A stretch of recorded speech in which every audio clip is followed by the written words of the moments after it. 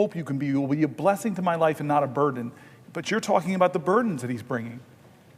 This economy, under 72 days, has not gotten better for working Americans, and they don't even see the president trying to make it better. They see what he's doing to make it worse, and one of the things is going to be these tariffs, which are going to raise costs on working Americans.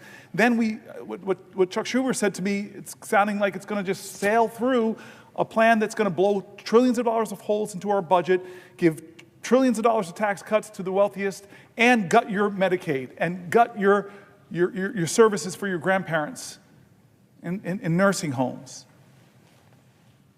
People believed, people put their trust. I don't blame them. They're my fellow Americans.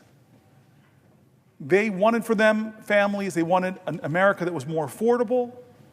They wanted America to be first prioritized. They wanted a safer America, stronger America, more prosperous America. I heard that. And so I know when I'm back home this weekend, I know that I'm going to encounter a lot of folks who are workers in my state who are getting hurt. They want better. They want better from their government. And so the burden upon us and each other is, what are we going to do? Are we going to do the same old thing over and over again? Or are we going to try to do things different? Are we going to be willing to, again, get in good trouble, necessary trouble, to try to save the soul of this nation?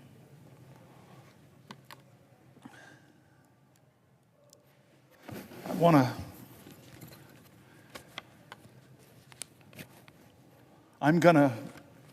think my colleague, my dear sister, my prayer partner, my soul lifter, I thought I heard you say something? Yes. Will the senator yield for a question? Yes. I yield for a question while retaining the floor. Well, I first of all want to thank you so much again, Senator Booker, for your spiritual obedience. And I think it's necessary for me to say as well today to you, on behalf of so many of us who are watching right now, how extraordinarily proud we are of you. I would dare say that you are, in so many ways, our ancestors' dream. And how powerful it is for all of us who are watching to recognize that in this very chamber you are standing today, 67 years after this podium was used, for the 24 hours that you have used the podium that was used to block the passage of the Civil Rights Act of 1957, and today you have taken over the podium, sacrificed your own comforts. You have suffered over 22 hours to stand here today to talk instead about the greatness of America and to speak about it in such a way that reveals the love you feel for our country, and we thank you for that. This country needs right now bravery. It needs leaders who are unafraid to stand up and speak truth to power, to not hold back when calling out these callous and inhumane acts that are perpetrated by this president against the American people. And when I talk about the American people, we know who we're talking about, against our veterans, against our seniors, against our children from every corner of our country. And I want to talk specifically today about our children. Mahatma Gandhi noted that the true measure of any society can be found and how it treats its most vulnerable members. This president is failing America's children, and he's doing so by harming our education system. We remember as well very fondly when Nelson Mandela said, education is the most powerful weapon which you can use to change the world. And I think many of us recognize that that is exactly why we're seeing all of the attacks that we've seen on this system, because we recognize that education allows us to change the world. Last Friday, Secretary McMahon shut yet another critical lifeline off to our states and our schools, canceling extensions that the department had previously granted to states to draw down their COVID relief money. States like Maryland originally got extensions to finish spending the remainder of these critical dollars on long-term projects, like teacher recruitment, tutoring, and other services for students. We know in particular Anne Arundel Public Schools brought Chromebooks for students with their funds, but Maryland still has a remaining ESSER balance of nearly $150 million. $150 million, that's on top of the millions that have already been clawed back, frozen, or withheld from the state by this administration. These are funds that districts like ours from all across the country were using for school construction projects and mental health supports for students. This administration is refusing to acknowledge the lasting effects of the pandemic on our nation's students, cruelly stripping educational opportunities from our students and leaving our states and our districts on the hook. So let me be clear that these are dollars that Congress authorized, dollars that have already been allocated, dollars that have already been earmarked by Maryland and our local districts for projects that will help all of our students. Our schools planned and committed these funds in good faith, in good faith. Our states have acted in good faith, and this administration is acting in bad faith, pulling the rug out from underneath them, blowing a hole in their education budgets. Our governor had this to say, and I quote, "The clawback of these previously committed funds would place an undue burden on our school systems and undermine our collective efforts to strengthen education across the state." And this is only the latest attack on public education by this administration, the latest attack on our schools and our students, the latest attack on our teachers. And we saw this administration attack HBCUs by freezing funds for the 1890 School Scholars Program, which provides tuition for students at our land-grant institutions. We saw this administration and Secretary McMahon slash teacher training grants, which help prepare our educators to serve our communities. We saw this administration proposing to move the student loan program to the Small Business Administration, threatening students' access to aid and the promise of higher education. We saw this secretary and this administration lay off half of the staff at the Department of Education several weeks ago, firing over 1,300 staffers. And I want to talk for a minute about who the department fired. And by the way, these are people who are not incompetent. These are people who are not DEI. These are professionals, well-educated. The administration fired civil servants at the department's Office of Civil Rights and shuttered Office of Civil Rights regional offices, including the regional office that handles discrimination cases. And I want to make really clear, and I want the American people to hear this, that what decimating the Department of Education and the Office for Civil Rights means, it means that attorneys who intervene when schools ignore complaints from students who are repeatedly called racial slurs or who are subjected to hateful speech or imagery like swastikas on campus. It provides the technical assistance that schools need to train staff on anti-harassment practices, combat harmful behaviors, and build welcoming environments. And it holds K-12 schools and colleges that fail to keep students safe accountable. It ensures that families have recourse if their child with a disability is not being served appropriately by their district, that if a child is not getting the speech therapy or other services outlined in their individualized education program, that they will have an advocate to help them. And at the time that this administration took over, there were over 270 open Office for Civil Rights cases impacting 1.3 million students in my state alone. Without enough OCR staff to do the job, investigators' caseloads will grow to an untenable level. So we spoke to some of the lawyers that work in the division that serves Maryland schools, and all of these patriotic civil servants, all they want to do is to do their jobs. They want to combat discrimination in our schools. They want to ensure that every child has the opportunity to learn in a safe environment, and these civil servants don't know that that mission is possible, as they and so many of their colleagues are ruthlessly fired by this administration. These cuts are catastrophic. I dare say that they, like so many other decisions by this administration, are wicked. And so, Senator Booker, here is my question. What are you hearing from families in the state of New Jersey as this administration dismantles the Department of Education and slashes opportunities for students and families? I'm so grateful for the question from my friend, and that's the centering that we've been trying to do, which is, what are families in New Jersey and around America thinking? As you said, the Department of Education, and we read that earlier today, it doesn't dictate or educational policy to states, but it does do a lot to do funding for special needs kids in the states. And so I'm already hearing from parents of kids with special needs and what the impact it will have if those resources are cut. Everything from the programs that help young people afford college, to programs that I've worked with people that help schools afford advanced scientific equipment so the bright minds, the geniuses of our state and the country can have the equipment they need. This administration is cutting things that are hurting families, and we are hearing from them.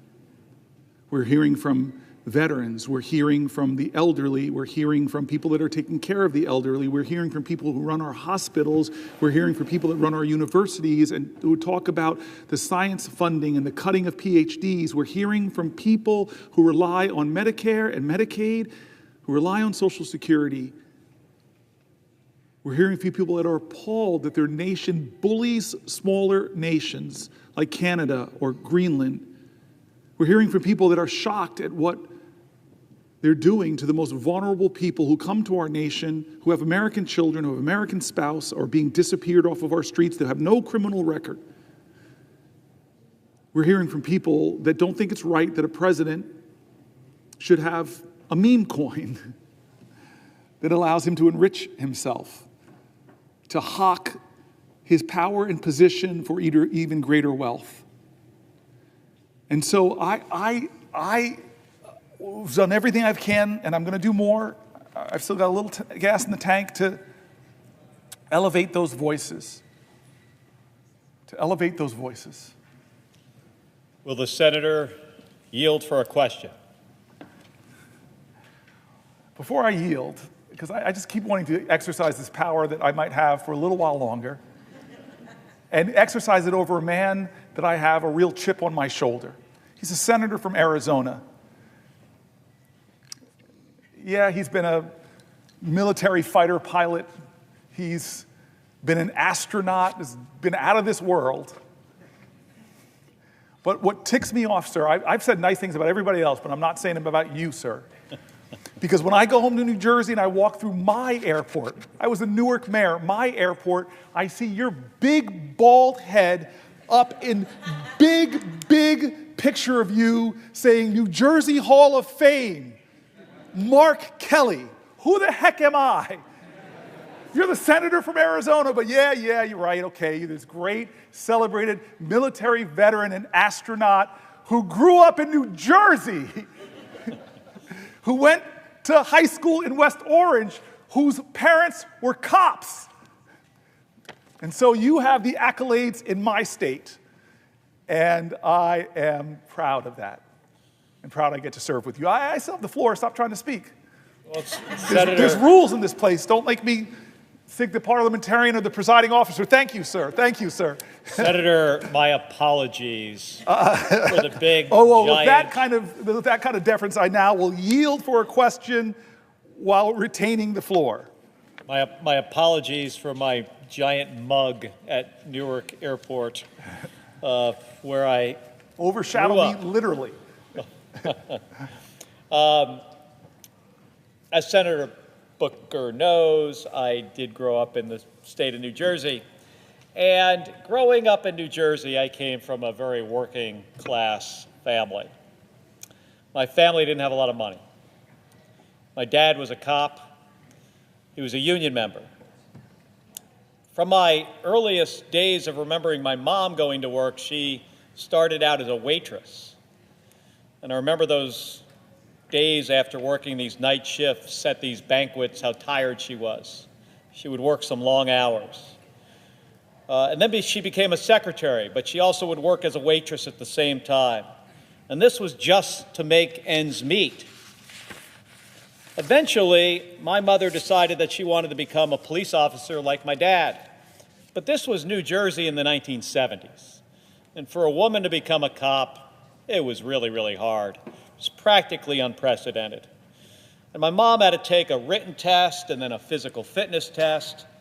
And the physical fitness test, it was designed for men. And part of this test required that my mom climb over this 7-foot 2-inch wall. Now, my mother was all of about 4 feet 13 inches tall. And to help my mom out in passing this test, my dad built a replica of this wall made out of a door between two pine trees in our backyard. He didn't tell her he made it an inch higher at 7'3". And I'd watch my mom go out there after dinner every night and try to get over this thing. And initially, she couldn't reach the top. And when she finally could, she would usually just fall off into the dirt. But my mom, she wasn't one to give up. And eventually, she was able to get over this thing. But it took her a long time. But she practiced for months. And when she finally took this test, instead of getting over in the required 9 seconds, she got over in 4.5, much faster than almost all the men. And my mom became one of the first female police officers in northern New Jersey. And she kept that job for a long time until eventually she was injured. And by the way, it was the union that protected her rights after being injured on the job. But I remember how this job changed our lives economically. Both of my parents having good paying union jobs. It meant more money coming in the door, more money for our family, more money to play sports. It was part of what allowed my brother and me to chase our American dream, to serve in the United States Navy and eventually both of us as astronauts at NASA. And we were able to do that because our parents worked hard and they sacrificed for us. And because of the support we had, including some really good public schools. That's harder today for a lot of families, including the school part, by the way. I hear from so many folks in Arizona who feel like they're working harder and harder, and they just are not getting ahead. The cost of groceries and gas and housing, especially housing, makes these folks feel like they're just running in place. It shouldn't be that way. And Elon Musk and Donald Trump, they are making it worse. Trump's tariffs are going to jack up prices on nearly everything that families rely on. Groceries, rent, cars, housing. They're even trying to do away with the Department of Education. Now, how is that going to help kids get a good education? And if they're successful, their plan to gut Medicaid in order to pay for a giant tax cut for rich people, it's going to be even tougher for hardworking Americans, hardworking New Jerseyans and Arizonans to get ahead and achieve their American dream. So as a fellow kid from New Jersey, man, I never expected that tax cuts for rich people would potentially kill the American dream of kids all over this country. But it could. And as a kid, you, Senator Booker, growing up in New Jersey, I'm interested to hear what was your American dream and why would these giant tax cuts make that kind of dream harder? I appreciate the New Jersey Hall of Fame member, the only one in the United States Senate, and I appreciate his question. I appreciate the service of his parents out there every day putting their heart and soul in serving the community in a dangerous job where you often see people at their worst. I said this earlier, James Baldwin said, children are never good at listening to their elders, but they never fail to imitate them. You are living up to the example your parents set in so many ways. And then you go and pull something off that really makes me jealous is you're one of the guys in the Senate that probably most married up. We're both Jersey boys. We both grew up there in grade schools and high schools. We both know those teachers that did so much for us. They coached sports. They taught us. I'm going back for a funeral for a great man in New Jersey named Ed Kohler this weekend. who was one of the greater influences in my life in high school. And you know how much people invested themselves. I remember learning Little League from a guy that would come back from working at a gas station, a parent of another kid. I still remember his big, thick hands teaching us how to hold the bat. And this guy's working a job at a gas station and rushes home to teach his kid Little League, but treated me, only black kid, like one of his own kids. Special communities, special heritage, a special culture that we share, this Jersey culture. We got the chip on our shoulders, we're tough, we're strong, we're proud. And a lot of New Jersey's watching. Thousands of letters and emails and phone calls from all over New Jersey. Andy, Kim, and I are hearing from so many people, and they're afraid, they're angry, they're worried. They don't understand why they're going after our Social Security programs, cutting benefits by cutting so many employees and cutting the service people get. They don't understand why they're seeing veterans being laid off from their government jobs. They don't understand why Social Security is being called a Ponzi scheme. The President of the United States is making up lies. They don't understand why veterans and Medicaid and Medicare, there's so many things that are making people worried, and I'm hearing their letters, and they're praying that we stop some of these things, like $880 billion worth of it. And the question is, why? Why are we doing this?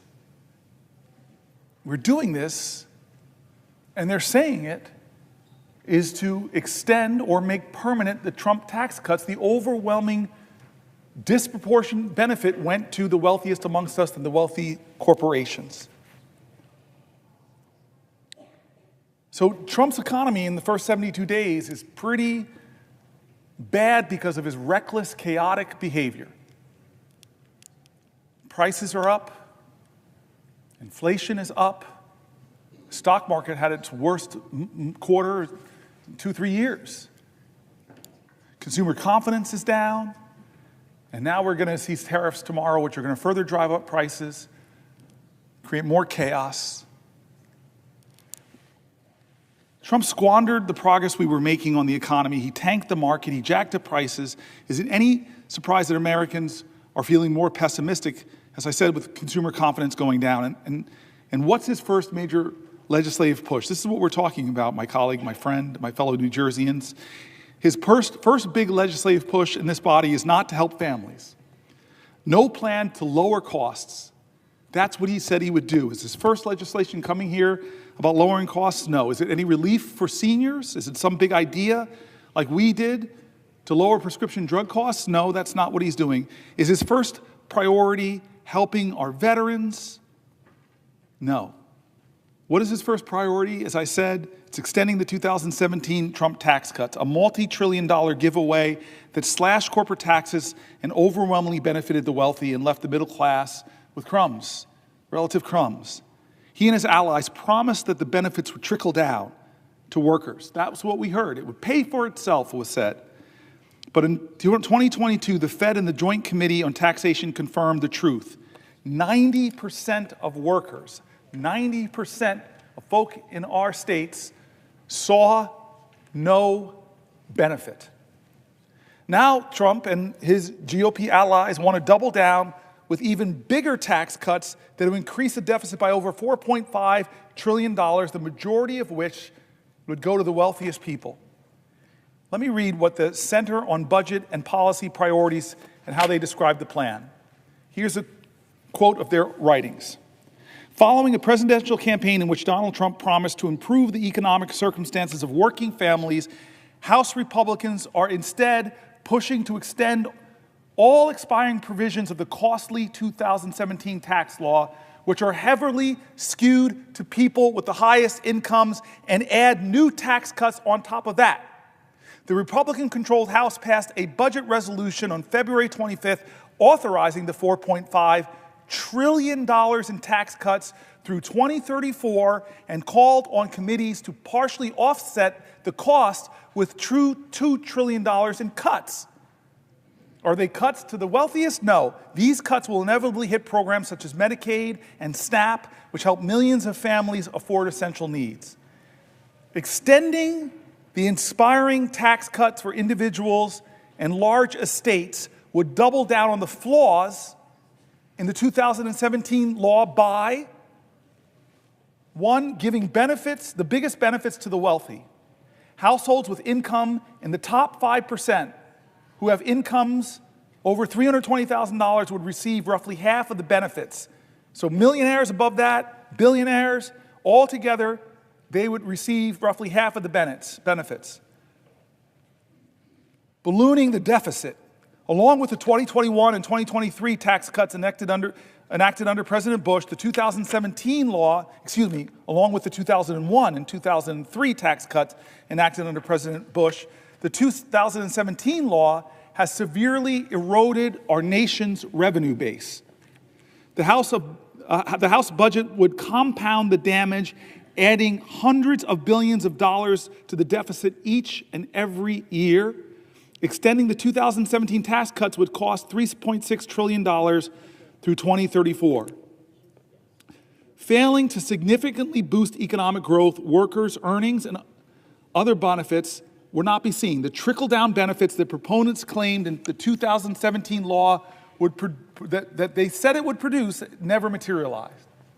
And the law hasn't come close to paying for itself, as I heard on the Senate floor from my colleagues. They said, oh, this is going to pay for itself. Oh, this is going to pay for itself. Yet the House budget claims that extending the tax cuts would generate trillions in revenue, far more than any independent estimate.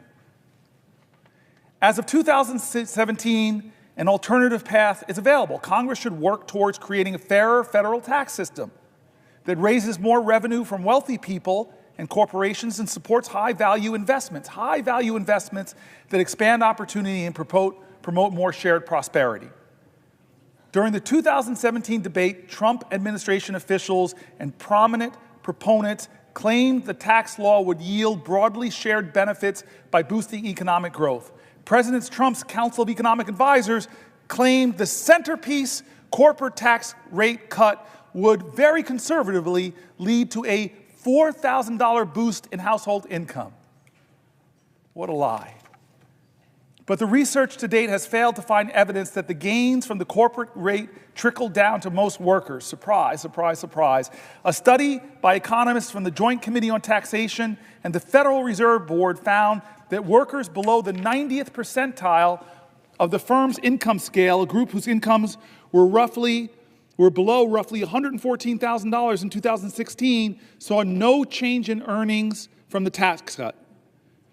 Proponents claim that the tax cuts would pay for themselves hasn't panned out either. In fact, a study by economists from Harvard, Princeton, the University of Chicago, and the Treasury Department estimate that the law's total corporate tax cuts, the rate cut as well as full expensing for capital investments and international tax charges, reduced revenue by roughly 98 cents for every dollar of tax cuts. Reduced revenue in our country by roughly 98 cents for every dollar of tax cuts, even after accounting for increases in economic activity due to those cuts. Similarly, proponents argued the law's 20% deduction for pass-through businesses, partnerships, S-corps, and sole proprietorships would boost investment and create jobs. Then Treasury Secretary Steven Mnuchin, for example, argued that the deduction would be good for the economy and good for growth. But researchers have found no evidence that it provided any significant boost in economic activity and little evidence that increased investment or broadly benefited workers, other than the owners themselves. Despite the underwhelming performance, the House Republican budget resolution assumes that in enacting a $4.5 trillion in new or extended tax cuts will produce enough additional economic growth to generate an extra $2.6 trillion in revenue through 2035. They think it's going to offset the tax cuts. The Committee for a Responsible Federal Budget has derided this claim as fantasy math, noting that it is many times greater than even the most optimistic independent estimate. They lied to us, or at least just put out really expansive hope in the past, and none of it came true. Fool me once, shame on you. Fool the American people twice, well, we should not let it happen. This idea in this country that if you make the wealthiest more wealthy by giving them more tax cuts and deny services to our veterans, deny health care to our seniors, cut Social Security benefits, cut scientific research, cut programs that protect people's safety and security, that is going to somehow help our nation to prosper as a whole. You're kidding yourselves. We have the evidence. We have the analysis. And this is the crazy thing. As I heard from Chuck Schumer, that Republicans are now trying to hide the true cost of their billionaire tax cuts with accounting gimmicks. The New York Times interviewed budget experts from across the political spectrum to shed light on the Republicans' trickery. And this is the article I want to read. I know some people have questions. I want to read this article because Schumer shook me. So here's the New York Times. The title of the article is "The Budget Trick the GOP Might Use to Make $4 Trillion Tax Cuts Look Like They're Free." How much does a tax cut cost? It depends on what you compare it to. Republicans in Congress trying to advance a giant bill that includes $4 trillion in tax cut extensions are considering a novel strategy that would make the extension appear to be free money. The trick, budgeting with the assumption that current policies extended indefinitely into the future, even those with an expiration date like the 2017 tax cuts set to end next year, it's the difference between making the extension appear to cost $4 trillion, which is the true cost, or hiding it and say it costs nothing. Using this, quote, current policy baseline wouldn't change the bill's real effect on our deficits or debt, but it would make it easier to actually make the tax cuts lasting by sidestepping a rule governing budget reconciliation, the process Republicans are using to pass the bill. Yes, this sounds technical.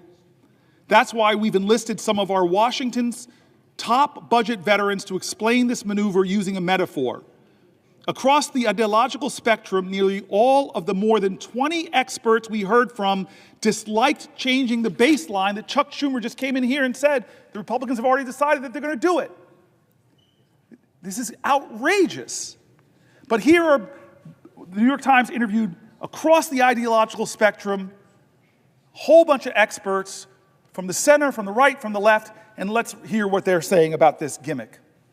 If budget reconciliation is like taking the express lanes on a highway, there's extra rules and tolls, limited stops, but it gets you where you want to go faster, using a, quote, current policy baseline for taxes is like slapping a fake license plate on your car, says Zach Moeller, director of the economic program at Third Way, which describes itself as a center-left research group. They don't like this gimmick. They think it's fakery. Here's another person using an analogy. It's like taking an expensive week-long vacation and then assuming you can spend an extra $1,000 per day forever since you are no longer staying at the plaza. That's Goldwyn, Senior Vice President and Senior Policy Director for the Committee for a Responsible Federal Budget, a nonpartisan group that tends to be hawkish on deficits. Here's another person, Jessica Riedel, Senior Fellow at the Manhattan Institute. I've worked with them in the past, a conservative research group, and the chief economist for the former Republican Senator Ron Portman of Ohio. Last year, despite being deeply in debt, I bought a $100,000 sports car. So next year, buying another $100,000 sports car is not irresponsible because I'm merely spending the same amount of money as the year before. And if I purchase only a $70,000 car, then I should be congratulated for reducing my annual spending by $30,000. A conservative think tank is basically calling this a hoax and a lie. Lying to yourself. That if I keep spending the same amount I've kept spending to drive up the costs, Oh, then I'm just doing the same thing I've done before, so it's not adding. Well, it is adding. There's no way to not call what the Republicans are trying to do a gimmick that's trying to hide the truth that they're going to add trillions of dollars to the deficits that our children, that our children's children are going to have to pay for. The debt payments alone to service the debt are going to be bigger than any of the programs we think we should be investing in, like science research or education or affordable child care or lowering prescription drug costs or expanding the child tax credit, things that we know if we invest in, we'll get some returns. But no, what they're investing in is bigger tax cuts for the wealthiest. Conservatives, independents, left-leaning folks all come to the same conclusion. Pretending $4 trillion in tax cuts will cost nothing may not be easy math. Many Republican lawmakers who are concerned about the deficit are well aware that the bill will increase the deficit by a lot. Here's the integrity call. One Republican in the House showed his integrity. One budget hawk named Massey said, I can't vote for this stuff. I'm a budget hawk. I do not want to see increased deficits. He called it what it was. I saw him in an interview say, hey, wait a minute. By your own numbers, Republican colleagues, you're driving up the deficit by trillions of dollars, and you're making the rich richer, and you're leaving future generations more bankrupt. So this article assumes that this was all going to be decided by the Senate parliamentarian who advises legislators on chamber rules. This parliamentarian, I thought, could rule that the current policy baseline isn't allowed, forcing the Republicans to have to make a choice, overruling or replacing my friend, parliamentarian, somebody that on both sides of the aisle we respect. It's very rarely done. I've been here for 13 years. We've had the same parliamentarian. But that doesn't mean the Republicans won't try, this article assumes, and I guess they did try. They found a way around the parliamentarian. They found a way around the rules of the Senate. They found a way around the ideals of reconciliation and the Byrd rule. They are deciding that the way we're going to do this is break the Senate and make up our own rules.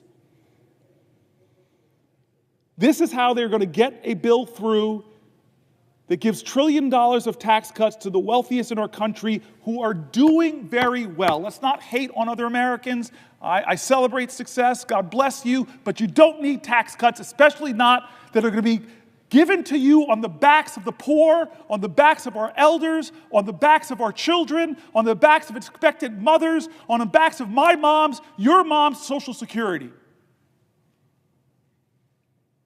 What does it say about our values and our priorities to allow that to happen? Who are we, America, if you don't think this is a moral moment where the character of our country is being tested?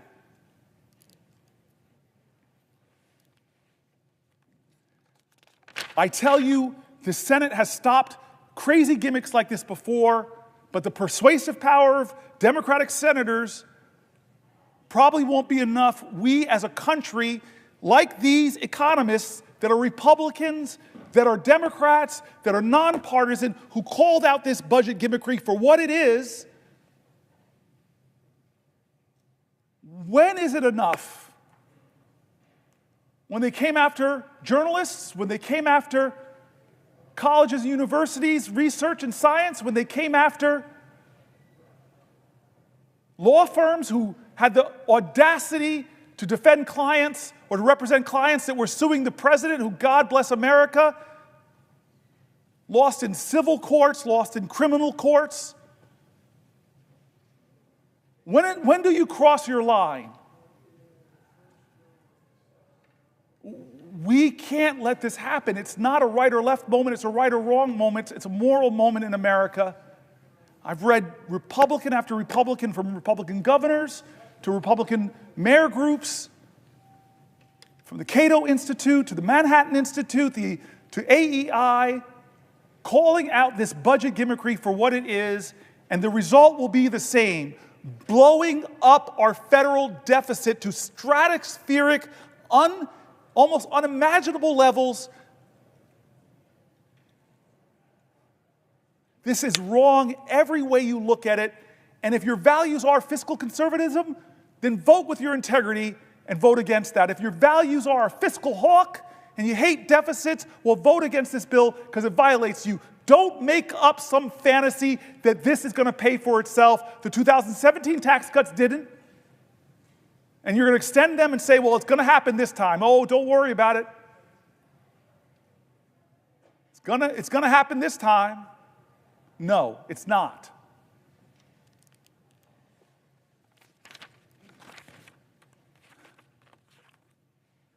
Here's an article. Donald Trump built a national debt so big that it'll weigh down the economy for years. One of President Trump's lesser known but profoundly damaging legacies will be the explosive rise in the national debt that occurred on his watch. The financial burden that he's inflicted on our government will wreak havoc for decades, saddling our kids and grandkids with debt. The national debt has risen by almost $7.8 trillion during Trump's term in office. That's nearly twice as much as what Americans owe in student loans, car loans, credit cards, and every other type of debt other than mortgages combined, according to the Federal Reserve Bank. It amounts to about $23,500 in new federal debt for every person in the country. Every person, $23,500. The growth in the annual deficit under Trump ranks as the third biggest increase relative to the size of the economy of any U.S. presidential administration, according to the calculation by a leading Washington budget maven, Eugene Sterlil, I'm pronouncing the name wrong, co-founder of the Urban Brookings tax policy. And unlike George W. Bush and Abraham Lincoln, who oversaw the larger relative increases in deficits, Trump did not launch 2 foreign conflicts or have to pay for a civil war. In peace times, he's number 3. Not the reason you want to be like Lincoln. Economists agree that we needed massive deficit spending during COVID-19 crisis to ward off an economic cataclysm. But federal finances under Trump had become dire even before the pandemic. That happened even though the economy was booming and unemployment was at historically low levels. By the Trump administration's own description, the pre-pandemic national debt level was already a crisis and, quote, a grave threat to our nation. The combination of Trump's 2017 tax cut and the lack of any serious spending restraint helped both the deficit and the debt soar. So when the once-in-a-lifetime viral disaster slammed our country and we threw more than $1 trillion into COVID-19 related stimulus, there was no longer any margin for error. Our national debt has reached immense levels relative to our economy, nearly as high as it was during the end of World War II. But unlike 75 years ago, the massive financial overhang from Medicare and Social Security will make it dramatically more difficult to dig ourselves out. Falling deeper into debt is the opposite of what Falling deeper into the red is the opposite of what Trump, the self-styled king of debt, said would happen if he became president. In a March 31st, 2016 interview with Bob Woodward and Robert Costa of the Washington Post, Trump said he could pay down the national debt, then about $19 trillion. This is President Trump's promise back then, over a period of 8 years, by renegotiating trade deals and spurring economic growth. God, this man breaks his promises over and over. After he took office, Trump predicted that economic growth created by his 2017 tax cut, combined with the proceeds from the tariffs he imposed in 2017 on a wide range of goods from numerous countries, would help eliminate the budget deficit and let the United States begin to pay down its debt. On July 17, 2018, he told Sean Hannity of Fox News, "We have $21 trillion in debt. When the 2017 tax cut really kicks in, we'll start paying off the debt like it's water." That's Trump on Fox News. Lying. 9 days later, he tweeted, quote, "Because of tariffs, we will be able to start paying down large amounts of the $21 trillion in debt that has been accumulated, much by the Obama administration." The guy can't help blaming Obama. That's not how it played out. Nothing he said came true. When Trump took office in January of 2017, the nonpartisan Congressional Budget Office was projecting that the federal deficit would be 2% to 3% of our gross domestic product during Trump's term. Instead, the deficit reached nearly 4% of gross domestic product in 2018 and 4.6% in 2019. There were multiple culprits. Trump's tax cuts, especially the sharp reduction in the corporate tax rate to 21% from 35%. Again, I was here, a lot of my colleagues were here. The big business groups were coming in asking for 25% from 35%. And Trump said, nah, you're asking me for 25, I'm going to give you 21%. Cut your taxes even more. It took a big bite out of federal revenue. The CBO estimated in 2018 that the tax cut would increase deficits by about $1.9 trillion over 11 years. Meanwhile, Trump's claim, I wish the author wrote Trump's lie, but he says Trump's claim that increased revenue from the tariffs would help eliminate or at least reduce our national debt hasn't panned out. Surprise, surprise. In 2018, Trump's administration began hiking tariffs on aluminum, steel, and many other products, launching what became a global trade war with China, the European Union, and other countries. The tariffs did bring in additional revenue. In the fiscal year 2019, they netted about $71 billion, up about $36 billion from President Barack Obama's last year in office. But although $36 billion is a lot of money, it's less than 1/750th of the national debt. That's $36 billion could have covered a bit more than 3 weeks, just 3 weeks of the interest on the national debt. That is, had the Trump administration not unilaterally decided to send a chunk of the tariff revenue to farmers affected by his horrible trade wars. Businesses that struggled as a result of the tariffs also paid fewer taxes, offsetting some of their increased tariff revenue. By early 2019, national debt had climbed to $22 trillion. Trump's budget proposal for 2020 called it a grave threat to our economic and societal prosperity. He called his own damage that, and asserted that the U.S. was experiencing a national debt crisis. However, the same budget proposal included substantial growth in the national debt. By the end of 2019, the debt had risen in our country to $23.2 trillion, and more federal officials were sounding the alarm. Not since World War II have we seen deficits during times of low unemployment that are as large as those that we project, nor in the past century has it experienced large deficits for as long as we project, said the CBO. Weeks later, COVID-19 erupted and made the financial situation far worse. As of December 31st, 2020, about a month left or 3 weeks left in his term, the national debt had jumped to $27.75 trillion, up 39% from the $19.95 trillion when Trump was sworn in. He increased our deficit by 39%. The government ended its 2020 fiscal year with a portion of the national debt owed to investors, the metric favored by the CBO, at around 100% of GDP. The CBO had predicted less than a year earlier that it would take until 2030 to reach that approximate level of a debt, but not under Donald Trump, including the trillions owed to various governmental trust funds. Under his leadership, the total debt grew and grew and grew. It's now at about 130% of GDP. Where are the fiscal hawks?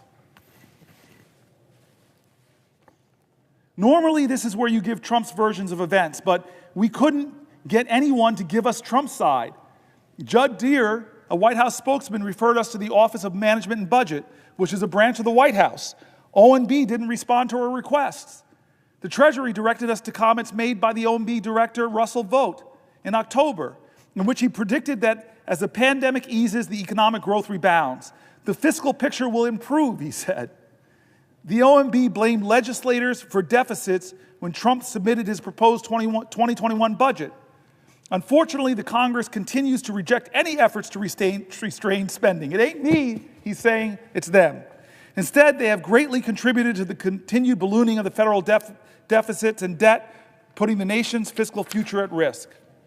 Still, the deficit growth under Trump has been historic.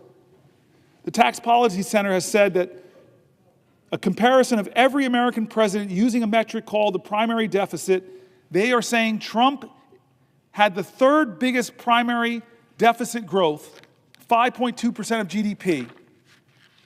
He's our biggest debt man.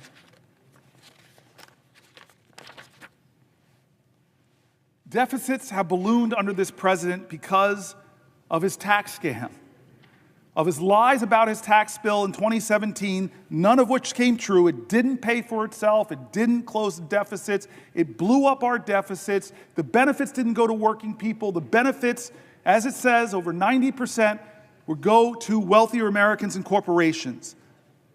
Even some Republicans have been calling out the hypocrisy. One of our colleagues, Rand Paul, in 2018, I can't, in all honesty, Rand Paul says, in all good faith, just look the other way because my party is now complicit in these deficits.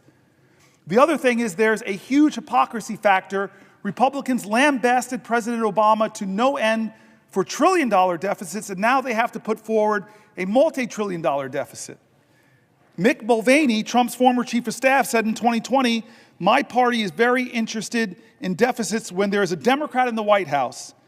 The worst thing in the whole world is deficits when Barack Obama was president. Then Donald Trump became president, and we're a lot less interested in deficits as a party. We don't care at this point. And here's a guy I've mentioned numerous times, Thomas Massie, a Republican member of the House, said earlier this year about Republicans, we have no plan whatsoever to balance the budget other than growth. But what they're proposing is going to make deficits worse. This is what our president is trying to do with the complicity of a lot of people who call themselves deficit hawks, who call themselves fiscal conservatives. They're going to try to blow it through here, gaming the system, creating some kind of scam to obscure the real cost of this when we all know them on the Republican side, us on the Democratic side, we all know the truth about these tax increases and what they're going to do, how much they're going to cost. But we're going to play a game, it looks like here, unless more Americans speak up. Republican and Democrat, people who know numbers, who know what we're doing to future generations in this country. This is wrong, and I say again, this is not right or left. It is right or wrong. This is a moral moment in America. What are we going to do? I'm so glad my friend, the senator from Hawaii, is here.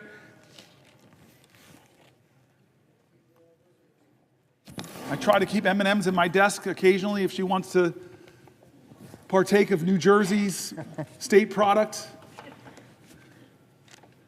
The M&M was invented in Newark.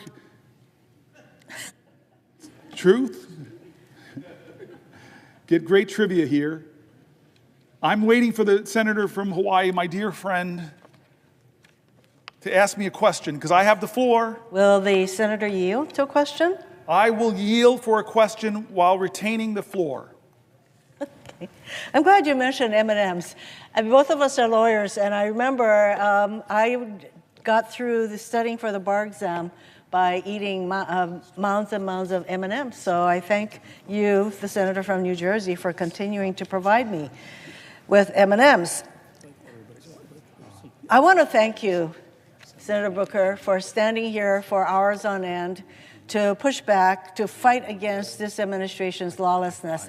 And in fact, a reporter asked me today, do you think this is a good use by Senator Booker of his time to be on the floor to do this? And I said, anytime any of us gets up and use our voices to counter, to fight against the lawlessness of this administration, it is a good use of our time.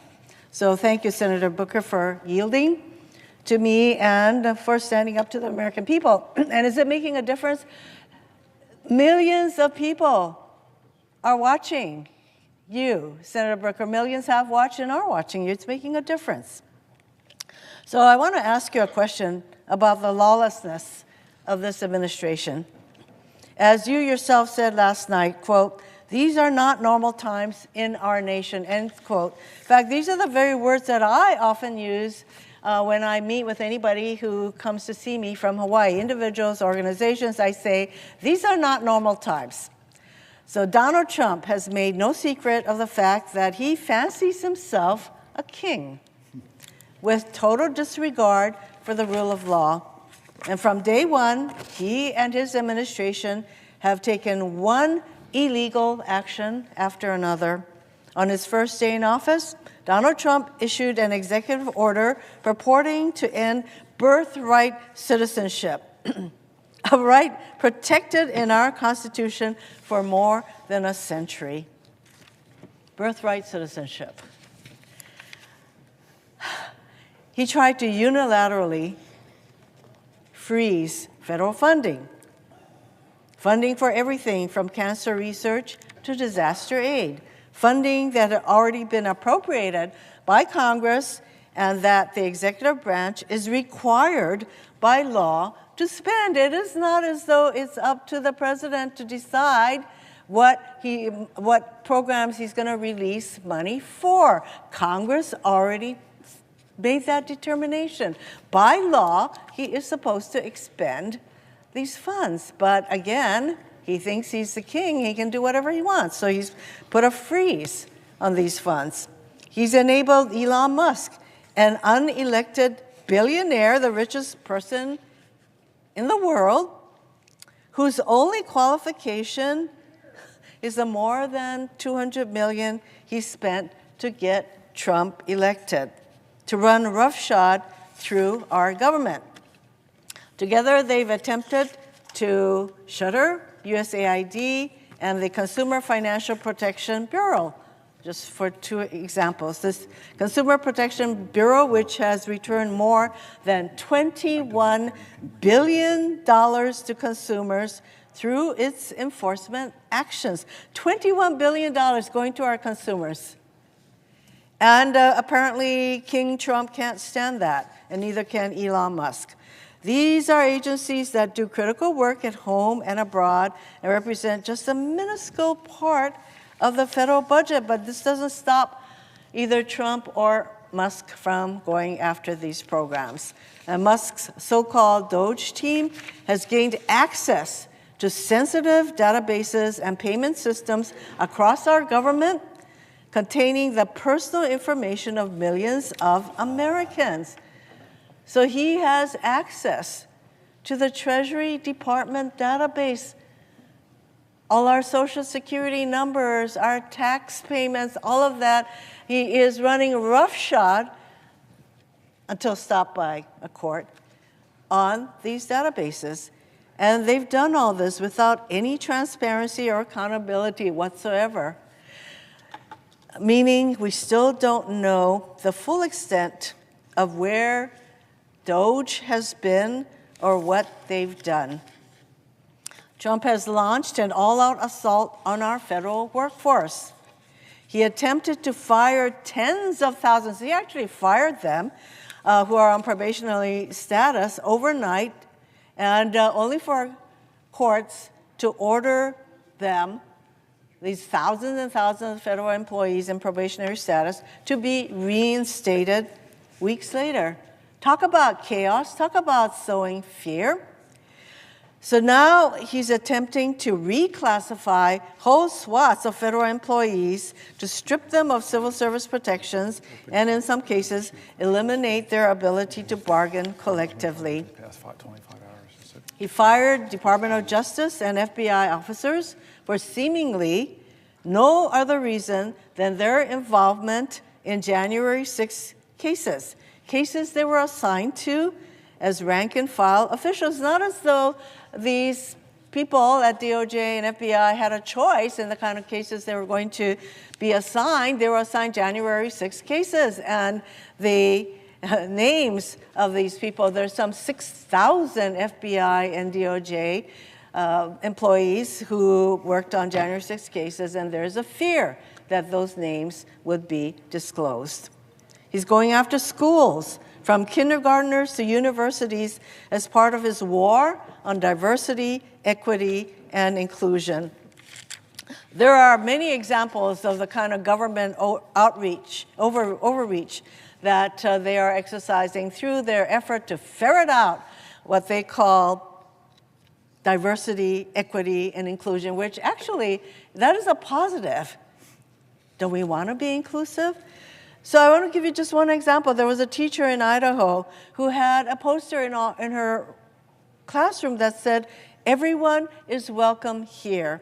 And there were handprints, different colors, white, black, yellow, handprints.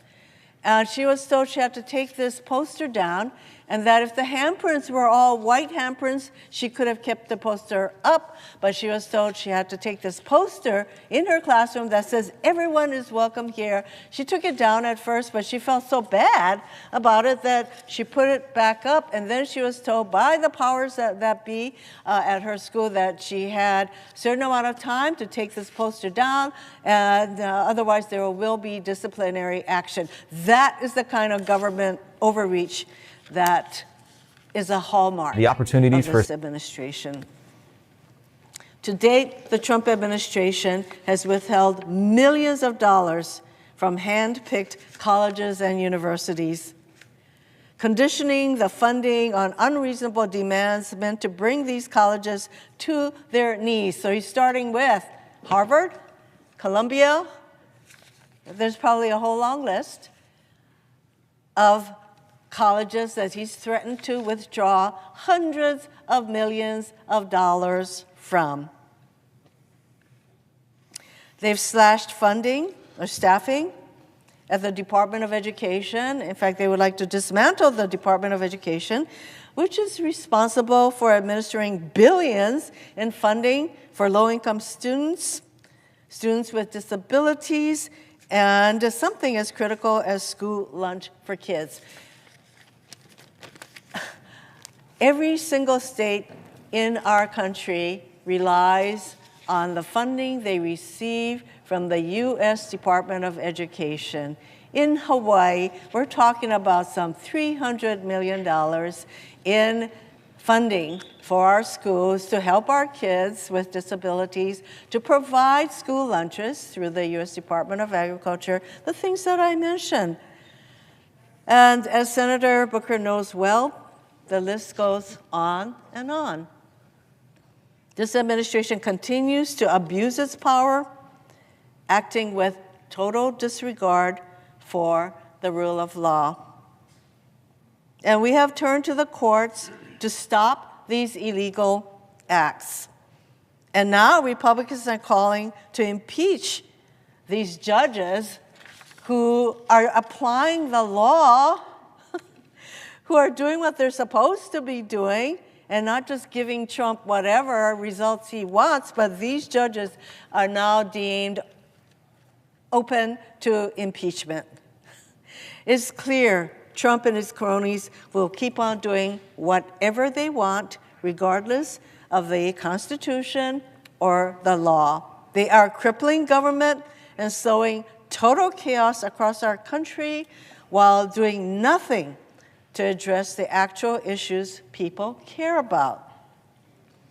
I know my colleague from New Jersey is just as concerned about lawlessness as I am. We both sit on the Judiciary Committee. We know how important adherence to the rule of law is. And in fact, I have said many times that it is the rule of law that separates the democracy from all other forms of government. And we now have a president who does not think that the rule of law applies to him.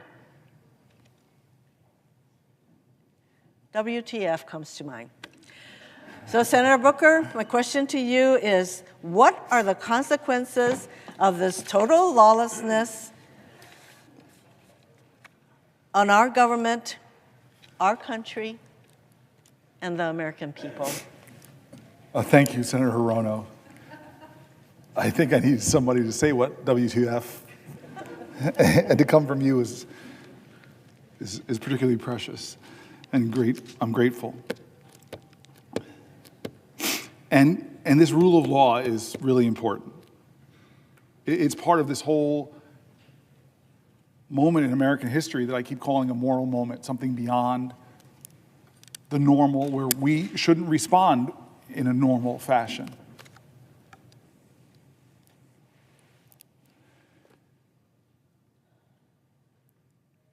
This is a moment where judges rule in his favor, and he praises them. They just don't rule for him. He drags them and threatens them, so much so that Chief Justice of the Supreme Court has to tell them to back up. When elected officials, speak up, many of them fear what the consequences would be for them or their reelection if they speak against him. Lawyers decline, possibly, to represent people because they're worried that this president has already showed that if you represent the wrong people or represent, God forbid, people against him, he's going to try to shut down your law firm in ways that are against the rules of law that this country believes in. Journalists and media organizations, they don't report in a way that he likes or confirm his arbitrary name changes of the Gulf of Mexico. There's a punishment that he dishes out to try to make them succumb to submission. State and local governments literally could get extorted for their funding if they don't carry out his demands. Schools and universities who are starving for dollars, trying to invest them in research and science that will propel humanity to new heights, well, they could get targeted by this president if you don't do what he says. It feels like his ultimate goal is to create a country where you cannot trust the outcome of elections that he loses, because he's going to tell you if he lost that election, it's the big lie. It's wrong. I won. I don't care what judge after judge, court after court says. I won. And if you don't believe me, if you don't say that the election I won, well, there'll be consequences for that too.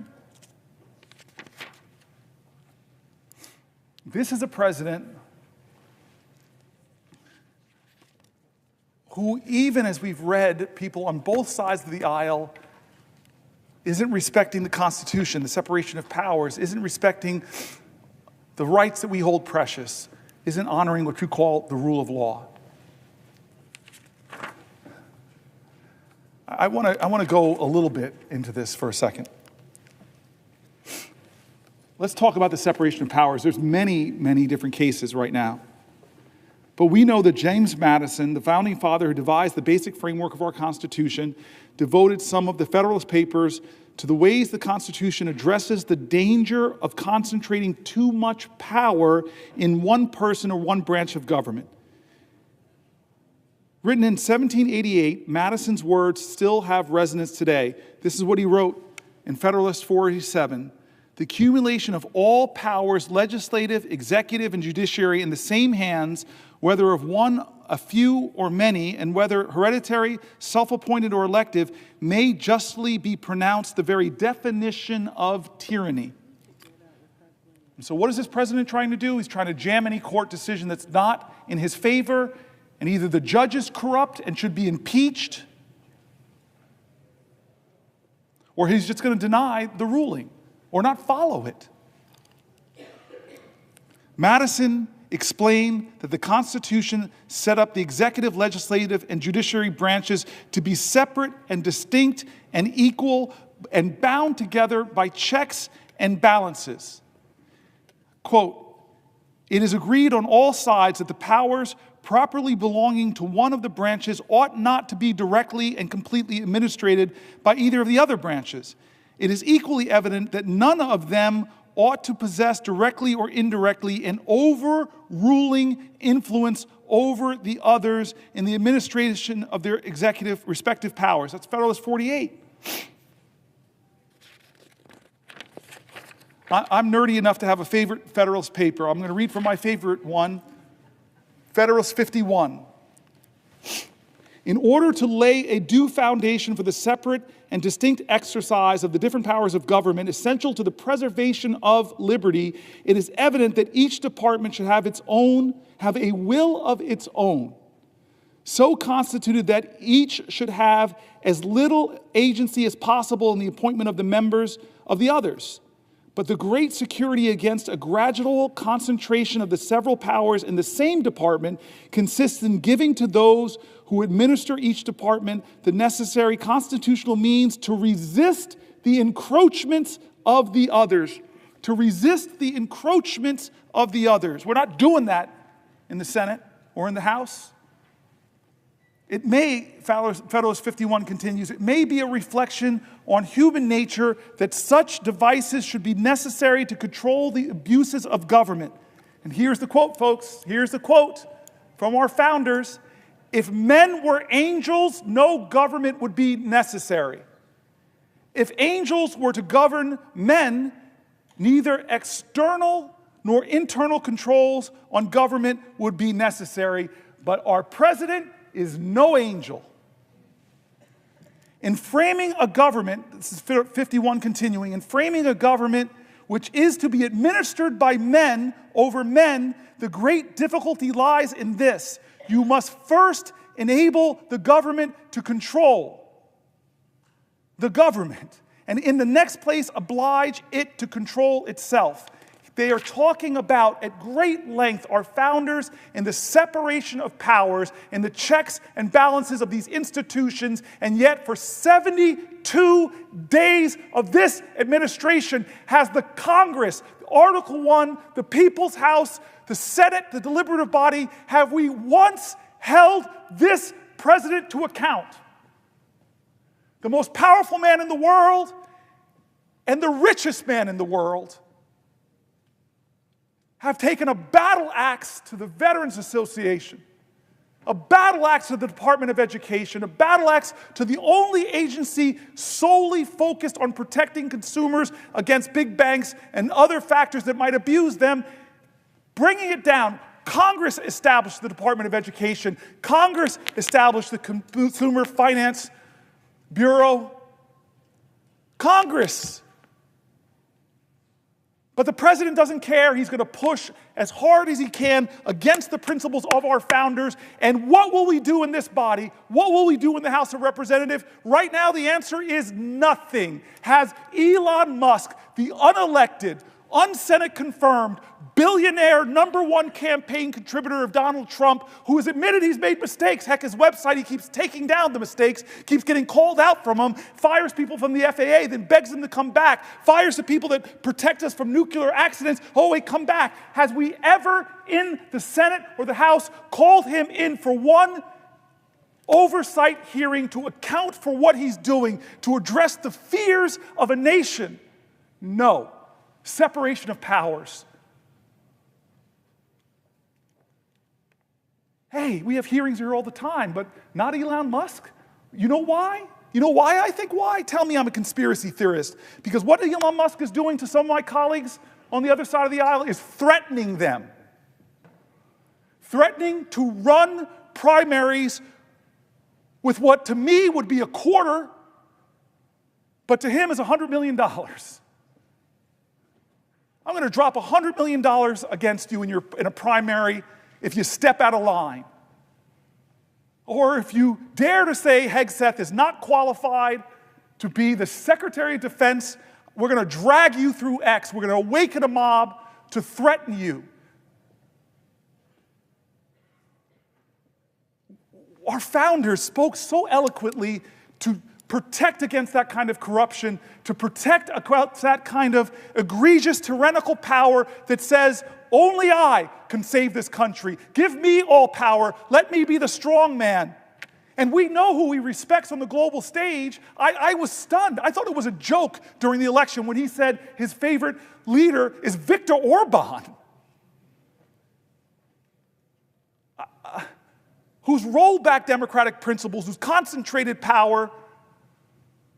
I see, who does he choose to call a dictator?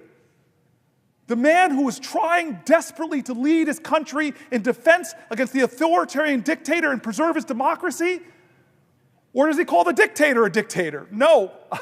Simple test. Most high school students would simply pass it, but no. He calls a hero a dictator. Do we have any conversations about that in an informal capacity? To talk about the Ukrainian war, which I know people on both sides of the aisle. Mazie Hirono brings up the separation of powers. Why is history's lesson so relevant today? Why do we study history? Why did I learn that in high school, that you study history so you don't repeat the mistakes of the past? You study history to gain inspiration and insight and courage against tough times. You study history to be inspired by heroes who stood up against despots, who sacrificed themselves. What is the lesson in history? How is it relevant to us today? Because the separation of powers between the branches of government has allowed our democracy to thrive for nearly 250 years. And now we have a person in power that's barely being checked. And if the courts check him, what he does to the courts? In the 9 weeks or 10 weeks since Donald Trump was inaugurated, there have been more than 140 federal lawsuits filed challenging his actions. I don't know if another president has, in my lifetime, ever has had 140 federal lawsuits in about 9 weeks.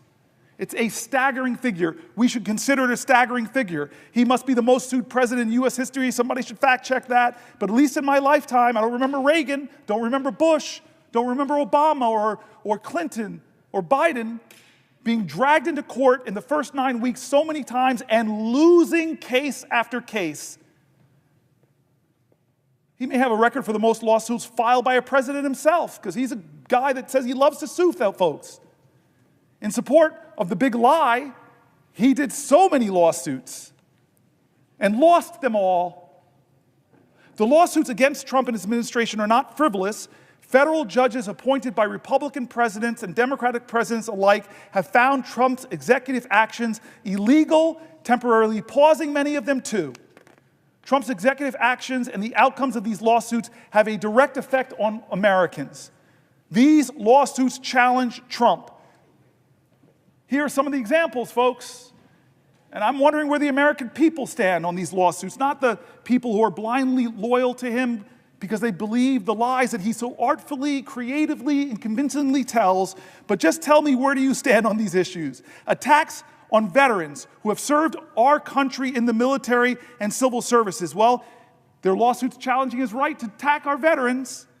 There's lawsuits challenging Trump on his attacks on government agencies that protect your grandmother from online scams. I don't know where you stand with the grandmas getting scammed, to defend them, or the president. Lawsuits against Trump because of his attacks on lawful American citizens born in this country and guaranteed their citizenship under the U.S. Constitution. There are lawsuits against the president for withholding National Institute of Health funds to support studies of horrific diseases like Alzheimer's and disrupting life-saving medical research and ongoing clinical trials. Now, if you're a student of history, this is the problem often with lawsuits. Brown versus Board of Education, we celebrated as this wonderful case. It was. But was it obeyed? No, it wasn't. I have a picture of Ruby Bridges in my office because it wasn't obeyed. The court didn't declare this, and suddenly everybody said, hey, let black folk go to school with white folks. No, the president had to call in the National Guard to escort a little girl into a class. That's the problem with lawsuits, is you have a defiant executive leadership, they'll defy them. These, where you stand? Do you stand with veterans? Do you stand with your grandmothers against online scams? Do you stand with American citizens born in this country? Do you stand with withholding National Institute of Health funding? It's clearly that. We know the majority of Americans are with that. But people are having to bring him to court to fight on these issues. So many cases being done. So many cases I have here before me. So many cases. I could read them all, but you all know many of them. They're done in the press as he pushes, as Elon Musk push. They push the bounds of the authorities of the Constitution of the United States, and people are bringing lawsuits. But that is not enough. Martin Luther King didn't step down because of Thurgood Marshall's legal work. John Lewis didn't step down. Ella Baker didn't stop. Abraham Joshua Heschel didn't stop. The great Rabbi Joachim Prince didn't stop. The people of the United States of America, more powerful than courts, the people of the United States of America, more powerful than the Constitution, I just said something controversial, so let me defend myself. I believe in the people. I believe in the words of the great learned hand. He said the like of what I just said, so let me read somebody far greater, far more vaunted than this senator from New Jersey. Learned Hand serves as a federal judge from 1909 to 1951. He was nicknamed the 10th Justice of the Supreme Court for his many influential decisions.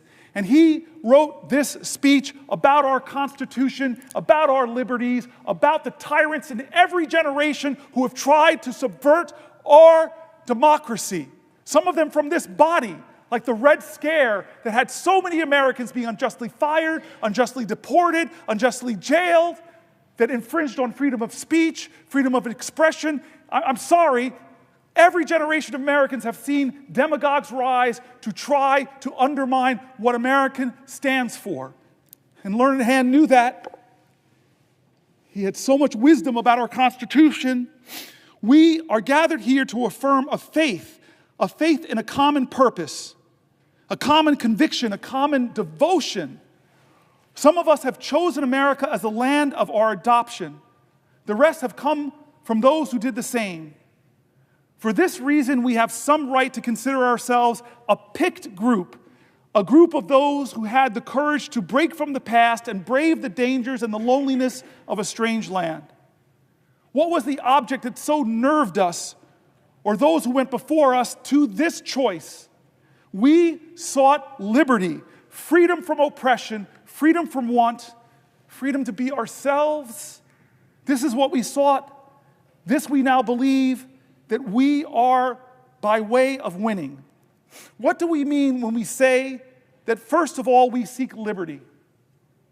I often wonder whether we do not rest our hopes too much upon constitutions, upon laws, and upon our courts. These are false hopes. Believe me, these are false hopes. Liberty lies in the hearts of men and women. When it dies there, no constitution, no law, no court can save it. No constitution, no law, no court can even do much to help it. While it lies in our hearts, there it needs no constitution, no law, no court. And what is this liberty which must lie in the hearts of men and women? Please, please, please listen to what he writes next. What is this liberty which must lie in the hearts of us Americans? This is what he says next. It is not the ruthless, the unbridled will. It is not freedom to do as one likes. That is the denial of liberty and leads straight to its overthrow. A society in which men recognize no check upon their freedom soon becomes a society where freedom is a possession of only a savage few, as we have learned in this country to our sorrow. What then is the spirit of liberty? I cannot define it. I can only tell you my own faith. The spirit of liberty is the spirit which is not too sure that it is right. The spirit of liberty is the spirit which seeks to understand the minds of other men and women. The spirit of liberty is a spirit which weighs their interest alongside its own without bias. The spirit of liberty remembers that not even a sparrow falls to earth unheeded. The spirit of liberty is a spirit of him who, near 2,000 years ago, taught mankind that lesson it has never learned, but has never quite yet forgotten, that there may be a kingdom where the last shall be heard and considered side by side with the greatest.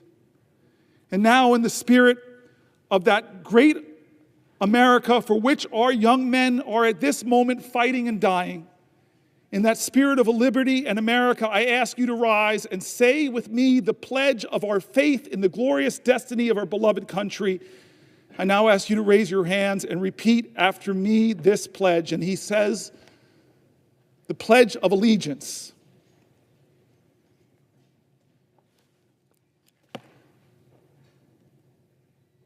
he believed that the Constitution dies if the spirit of it dies in the hearts of men and women. I will tell you,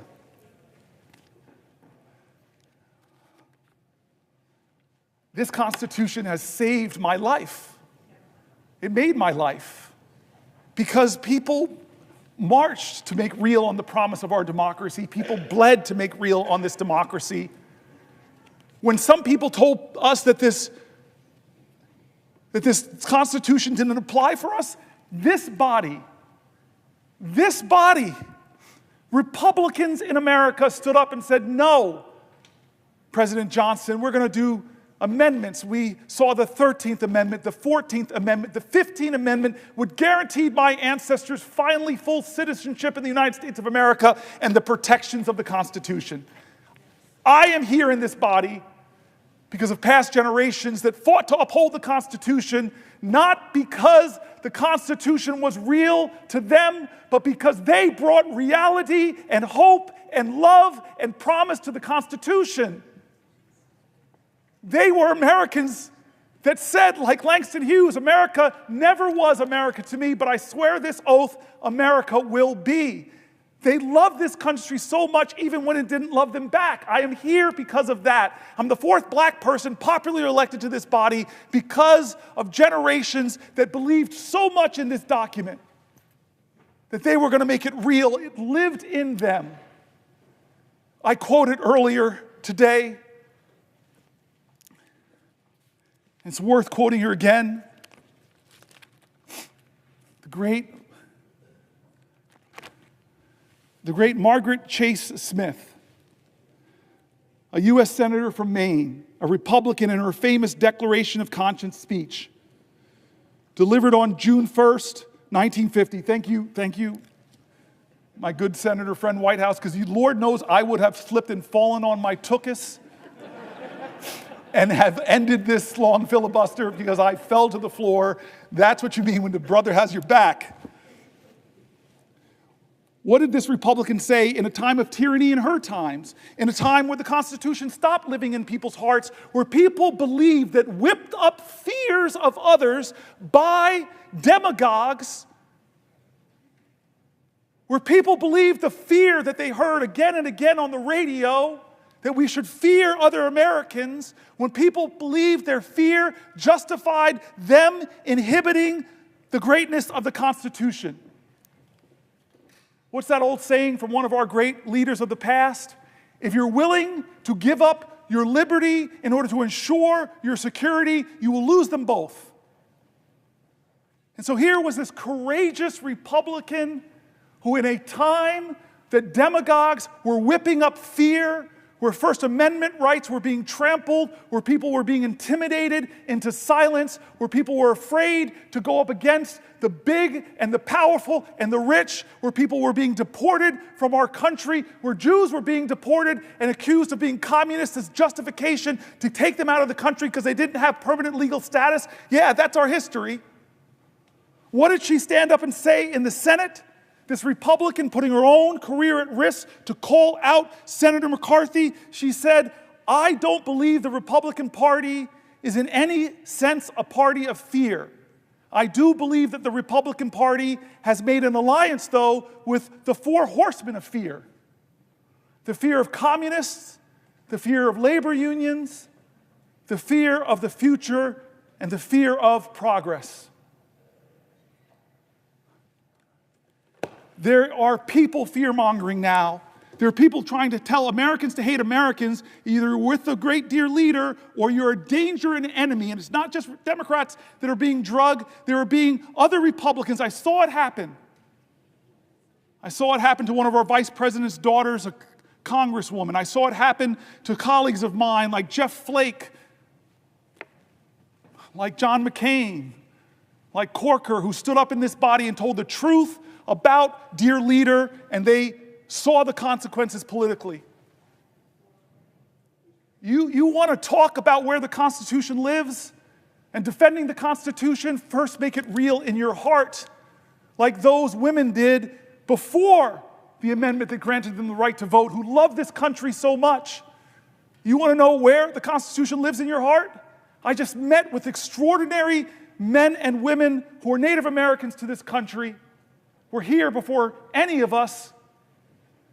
They love this country so much, even with the sins against them. You want to know where the Constitution lives? Let it live in the hearts of all Americans now, and ask yourself, is the leader of our country, is he living the Constitution in his heart? Because his learned hand says it's not braggadocious, it's not mean, it is loving, it is kind, it is expansive. We are Americans. Our creed above the presiding elder says it all, e pluribus unum, trying to remind our country that despite racial difference, gender, besides Republican or Democrat, ethnics, you know all the lines that divide us are not nearly as strong as the ties that bind us. That's what e pluribus unum means. What about the pledge that learned hand read? Listen to the words. It says things. It says things in that pledge. It says that we are one nation under God, that we are indivisible, and we pledge ourselves to liberty and justice, not just to the people who agree with the president, but for all. God bless my courageous colleagues who have spoken out in the past and suffered the consequences. The liberty and the Constitution lives in their hearts. They put patriotism over politics. We are in this moral moment now. We are in this moral moment now. This is not right or left. Don't let them say this is a partisanship. It is not. It is not left or right. It is right or wrong. America, this is a moral moment. Does the Constitution live in your heart?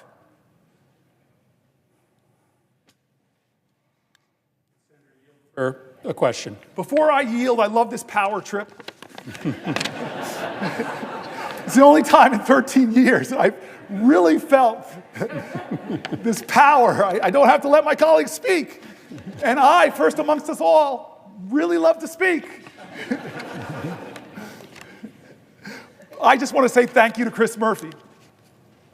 I repeated this 10, 15 hours ago, but I just want to tell the story, and then I'll let you go, Chris.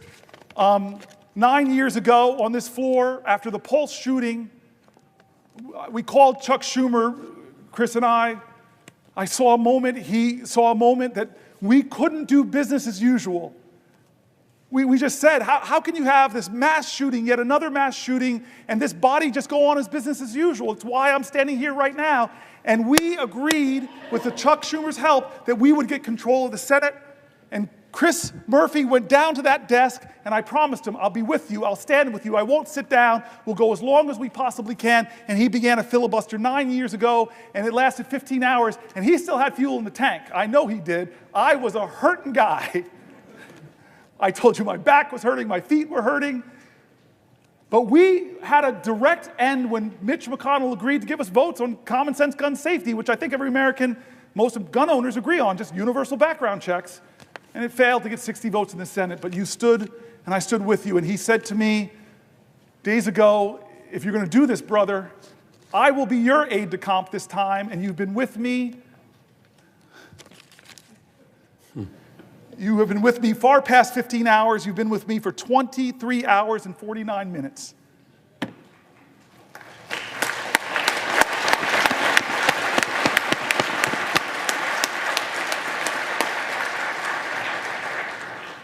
Although my cousin Pam in the gallery, she's been here the same amount of time. All right, so I'm going to yield my power. It's not going to go to my head. This is why we need separation of powers, checks on men, because men are not angels. I yield for a question while retaining the floor. Senator Booker, it has been a wonder to be with you on the floor these last 24 hours. You indeed did something extraordinary and performed a sympathy filibuster with me 9 years ago, where as I stood at that desk for 15 hours, you stood on the Senate floor. You didn't need to, but you did in solidarity.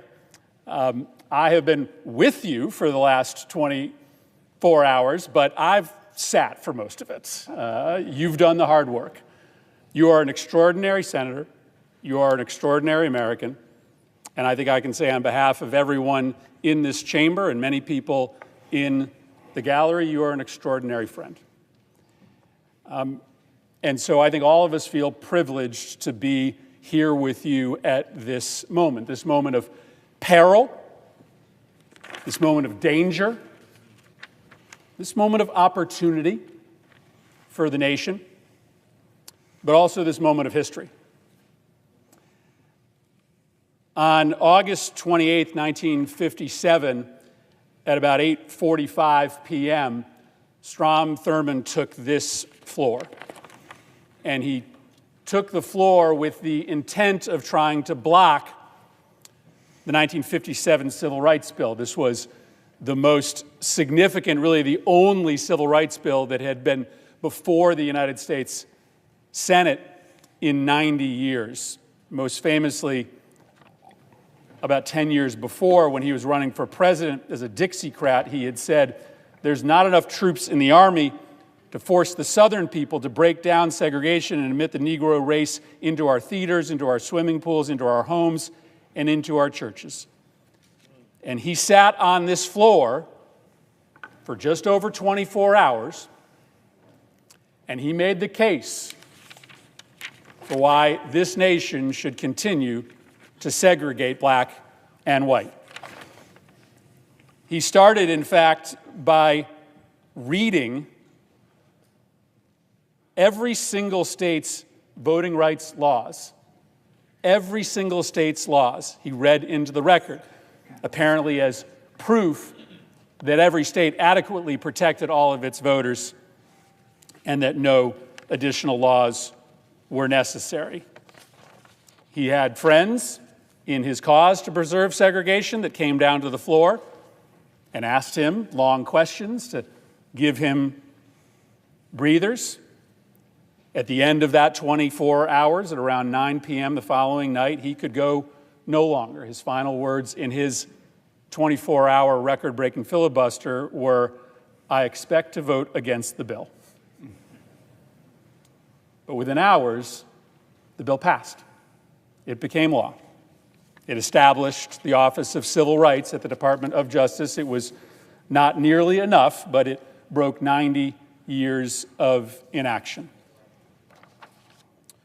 What you have done here today, Senator Booker, couldn't be more different than what occurred on this floor in 1957.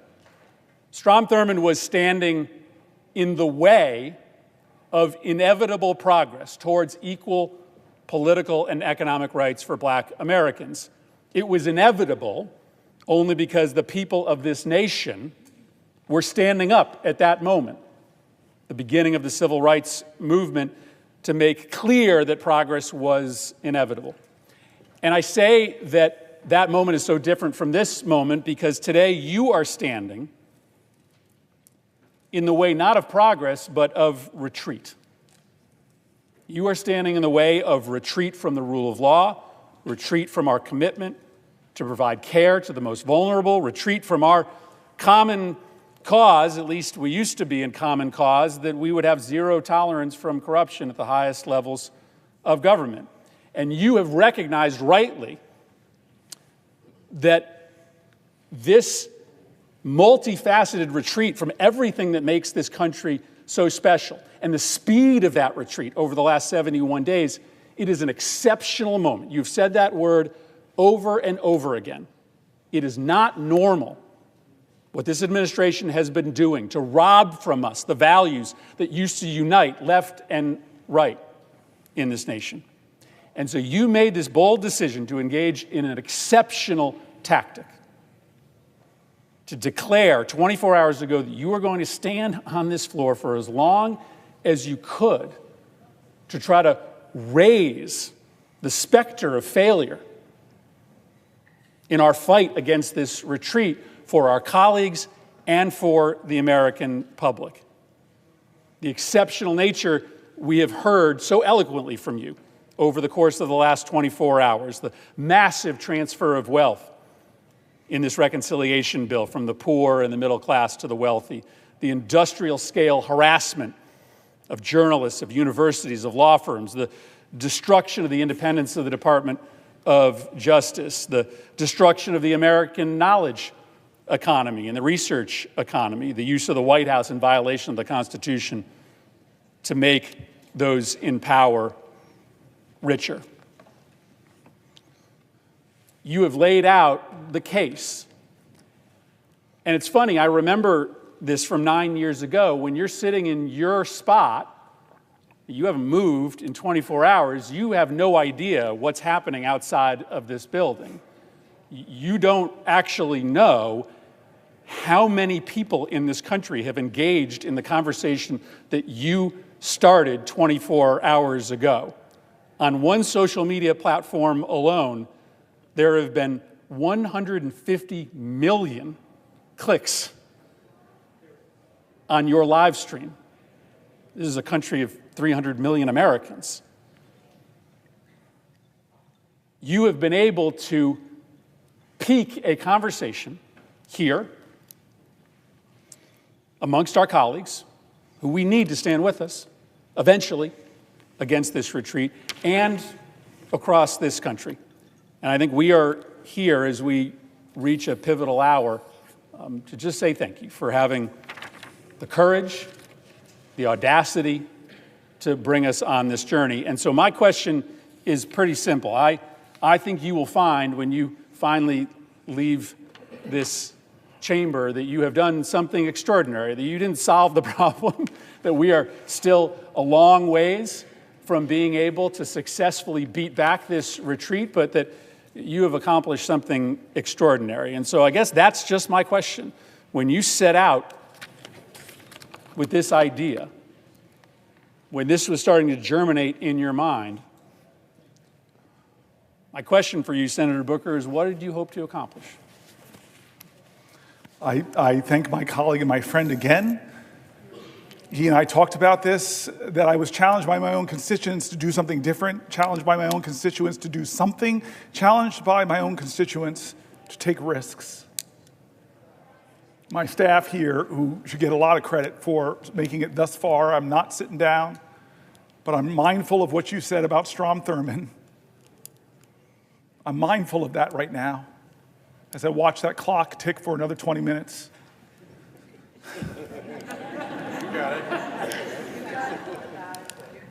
I'm grateful for my staff. I'm grateful for the parliamentarians, the clerks. I'm grateful for the Republican presiding officers.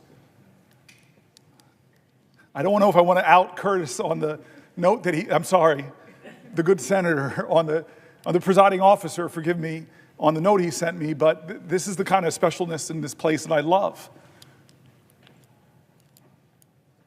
I want to tell a few connecting stories. I think some of my colleagues know a few of these, but I want to explain why I started this whole 24 hours talking about John Lewis and good trouble. 60 years ago, when he was on the Edmund Pettus Bridge, he shook New Jersey as he shook the nation. When Bloody Sunday happened, there was a white guy on a couch in New Jersey who was watching TV and was so shaken. This lawyer said, I gotta go to Alabama. He realized he couldn't afford a plane ticket. So this man slumped back down on his couch, and then he said, at a moral moment in America, I'm not gonna let my inability to do everything undermine my determination to do something different. And he got up and said, okay, it was a meager calculation, but it was different. I can afford 1 hour a month of pro bono work.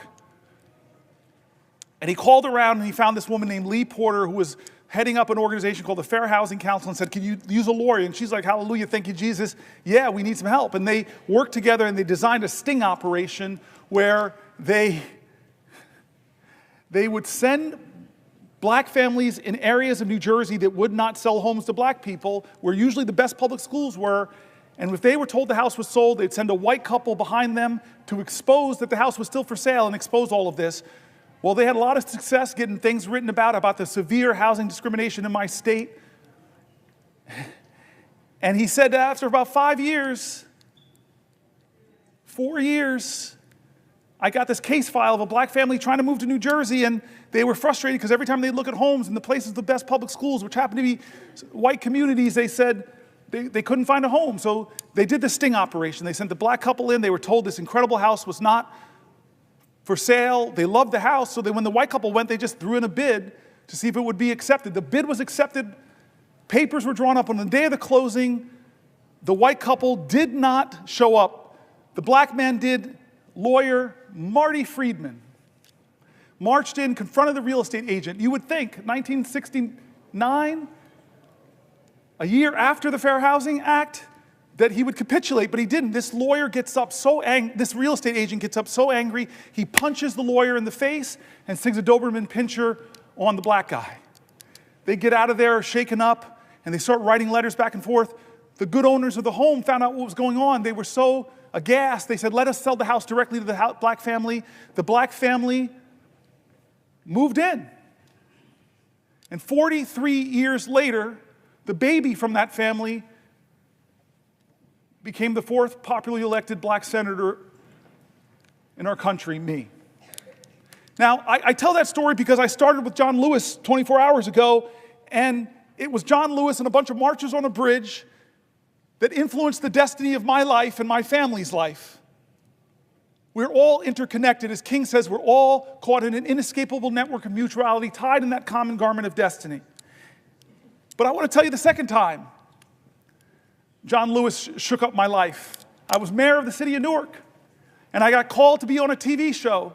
I got called by a guy named Skip Gates, who I love, admire, and he calls me and he jazzes me up. He fills my ego. He just flatters me. Hey, I got this show called Finding Your Roots, Cory Booker, and you're a rising star. You're this hot shot. We should feature you in this. And I'm like, oh, great. Oh, don't say that, Skip. But okay, yeah, of course. And then I said, okay, well, who are you going to pair me with? And I thought it was going to be another young hotshot, up-and-coming politician in America.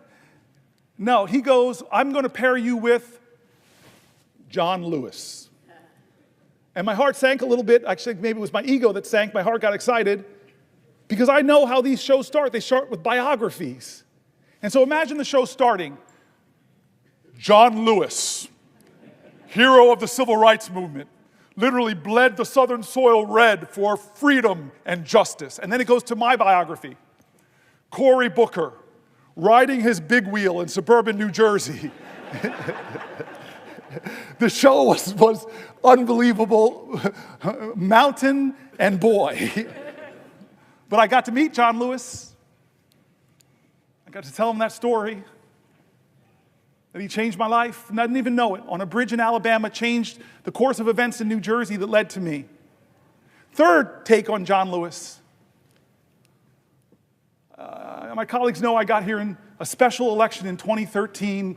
What all my colleagues might not know is I came here with a broken heart. My mom and I came here with a broken heart because I was elected in October, sworn in October, but also in October, my dad died of Parkinson's. That's why I got choked up reading these letters from people with Parkinson's. And so we came down here, we were grieving. My dad was not with us. My mom lost her husband of nearly 50 years, and I'm going to get sworn in. It's a big event, but my parents and my campaign decided, you know what we should do?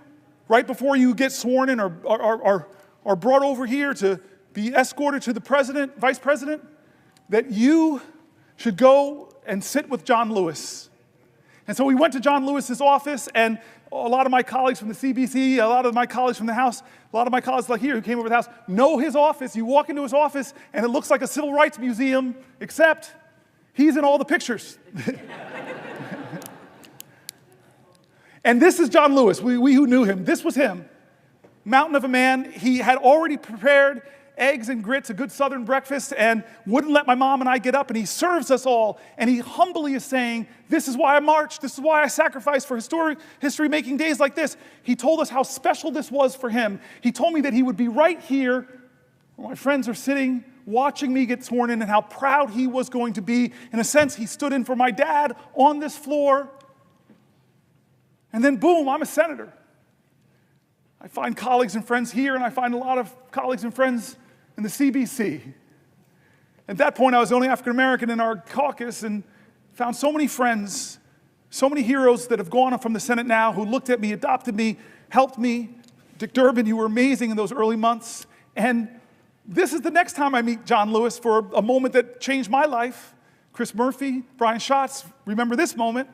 It was during the 2017 healthcare debate, when I didn't know how we were going to stop that bill from passing and taking away 20 million, health care from 20 million Americans. But John Lewis, hey, Cory, let's do something different. What you got in mind? And I said, well, John Lewis, I got this phone. It's very powerful. Let's do a Facebook Live. And so I open it up, Facebook Live. We meet in the Capitol, and then he says, hey, where can we go to sit down for a place? And I love it, my favorite place to sit. I watch Schoolhouse Rock so much, it's right on the steps of the Capitol. Let's just sit there and talk. Chris Murphy, Brian Schatz, first people out to sit with us. And the time lapse is amazing. First 2, 3 people, then 10 people, then 50 people, then hundreds of people. I have it all. Coming because of the moral magnetism of this man, John Lewis.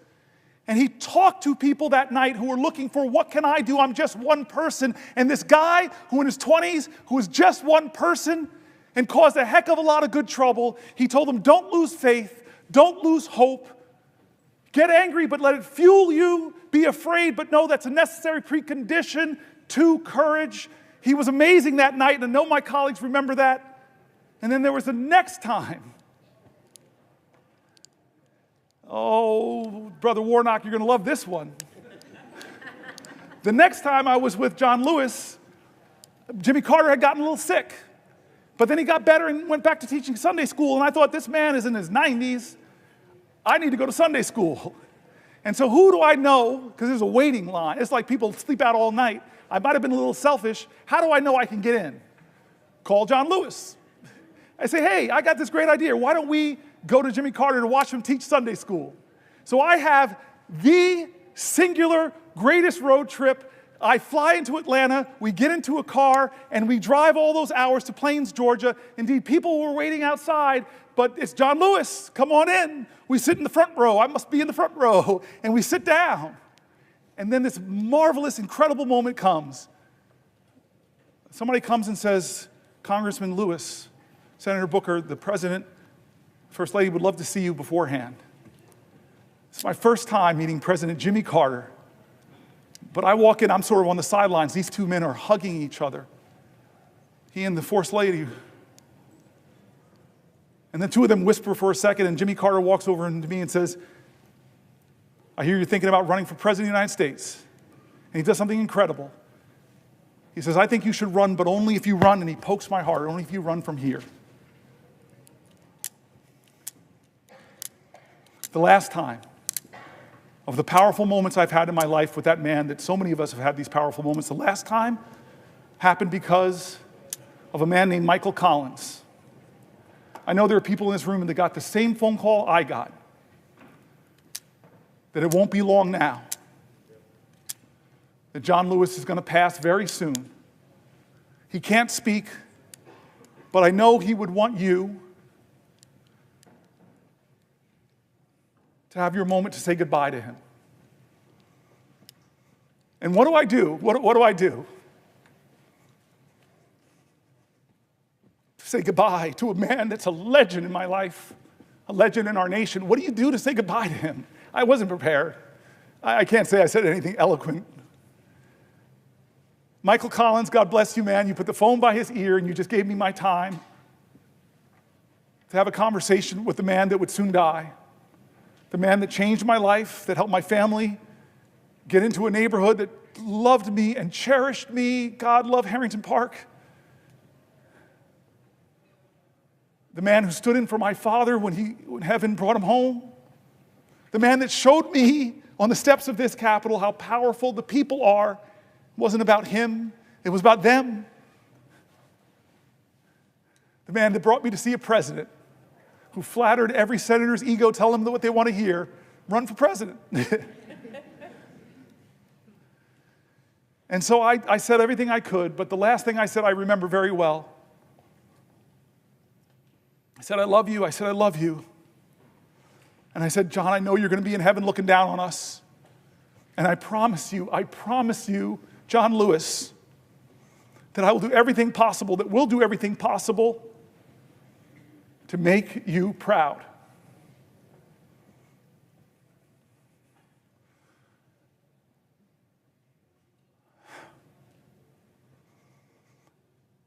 The civil rights generation is starting to be called home. Leaders are leaving us. We in the CBC have lost a lot of greats. And I can't forget the promise I made to John Lewis, with all that he gave me, with all that he gave his country, that I said we would make him proud. And so this is one of those moments that John Lewis, he would not be sitting still. He would be calling me up and say, "You still got that Facebook thing?" I go, "No, I don't really use Facebook anymore." But there's a thing called TikTok, or I don't know what John Lewis would say right now. I know what he said in 2017, but I'll be honest with you, I don't know what he would say. But John Lewis would say something. He would do something. He wouldn't treat this moral moment like it was normal. John Lewis knew what King said, that what we have to repent for, all of us here will have to repent for, is not just the vitriolic words and violent actions of so-called bad people. What we will have to repent for in our day and age is the appalling silence and the inaction of good people. This is our moral moment. This is when the most precious ideas of our country are being tested, where the Constitution, and the question is being called, where does the Constitution live? On paper or in our hearts? This is the moment. Generations get them. We're on a crossroads here, folks. Healthcare is on the balance. Veterans are on the balance. Priorities are on the balance. Where's our priorities, America? More tax cuts disproportionately going to the wealthy? Greater budget deficits in the trillions and trillions of dollars? Or are we going to do something different like John Lewis would call us to do? He would call us to get into good trouble, necessary trouble, save the soul of America.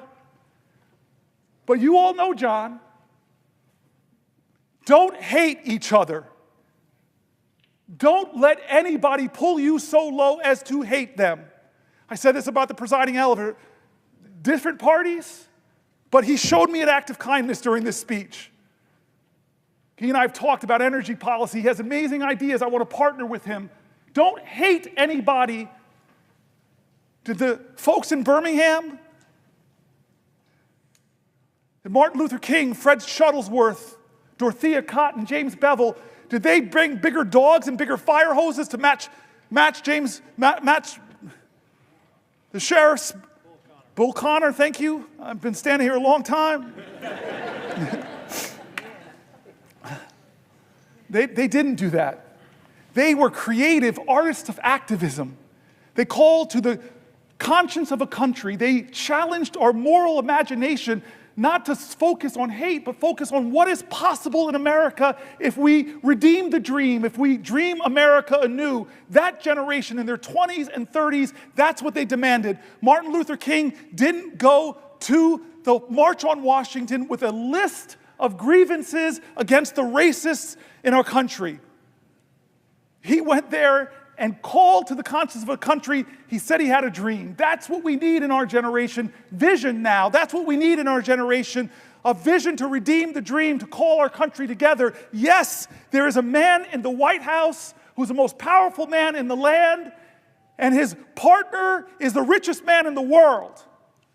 But as long as this is a democracy, that we can still protect the power of the people is greater than the people in power if they use their power. As a great African-American woman author once said, the most common way people give up their power is not realizing they have it in the first place. I've been calling out names, folks, to tell them they have power. I read the stories of Deanna, of Wendy and Cassie, of Tanya, of Cameron, of Jean, of Susan, of Edna, of Randy, of Dylan, of Teresa, of Pamela, of Sally, of Mike, of Carol, of Rosemary, of Danielle, of Judith, of Elizabeth, of Sandra, Alicia, Maggie, Nibel, Laura, Michael, Robin, Mary, Allison, Ash, Roseanne, Carrie, Samantha P., Raphael, Will, Anthony, Sean, and so many more. As I read their stories here, because while we were elected, They are the power of our country. I've made mistakes. We all have. Both parties have a lot of mistakes to account for. The ballast of this country, what will anchor us to our ideals, what will call us to new heights, lift our heads, lift our hopes, what will call us to rise is each other. We need each other. We need a greater love in this country. We need a greater fight in this country. We need a greater determination. We can't act as if this is normal times.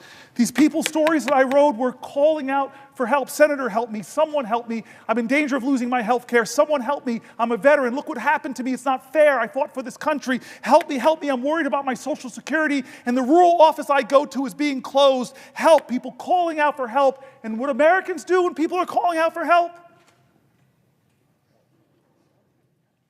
They built an infrastructure. The greatest project ever, called it the Underground Railroad, where Quakers, white folks, joined with black folks to shuttle people to freedom. What did they do when people were worried and fearful? They called people together from across our country. Let's have a conference. Let's go to Seneca Falls. What did they do when they faced violence?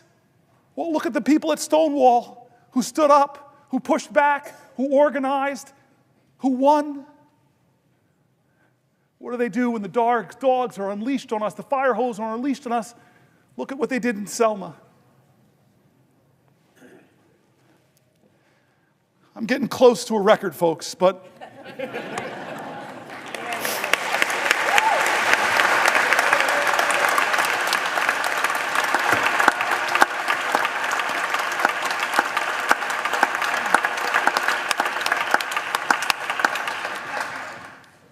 there's a room here in the Senate named after Strom Thurmond.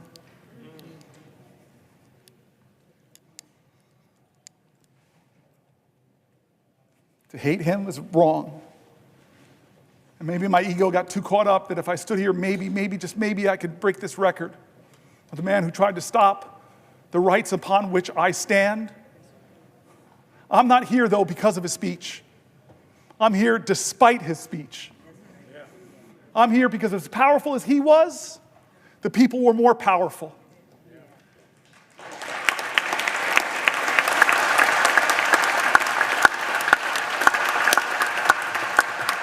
But I remind you, all those people who believe like me that we've got to redeem the dream, turn again to John Lewis, because you all know the story, my colleagues, of when the man that beat him savagely, drew blood, cracked bones.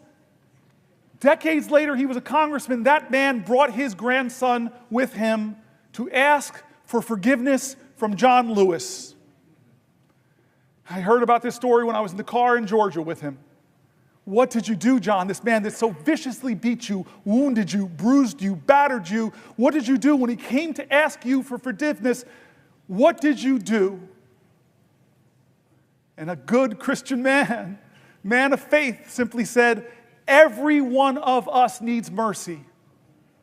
Every one of us needs redemption. I forgave him. I hugged him. We wept. And I looked at the boy. This nation needs you too.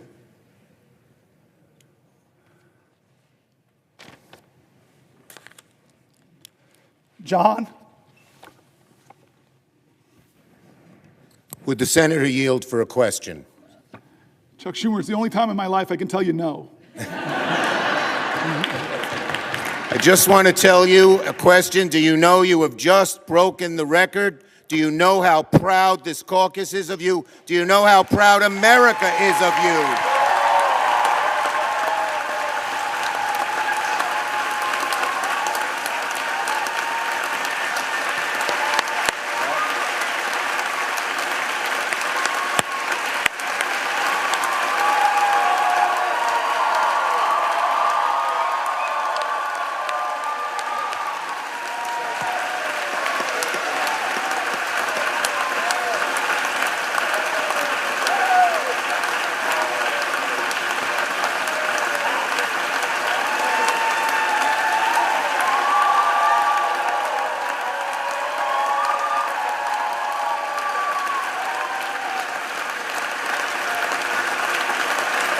gentlemen.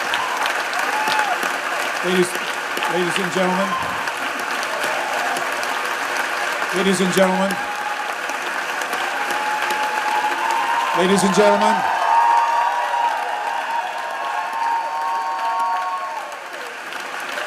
Order. Order. The chair does not wish to take away from this moment, but I think the best way to honor this great accomplishment to our guests in the gallery, to make a rare exception and let you stand to show your appreciation, I will not constrain my fellow senators. Thank you. Chuck Schumer, I have yielded for a question, and you asked me, did I know? I know now.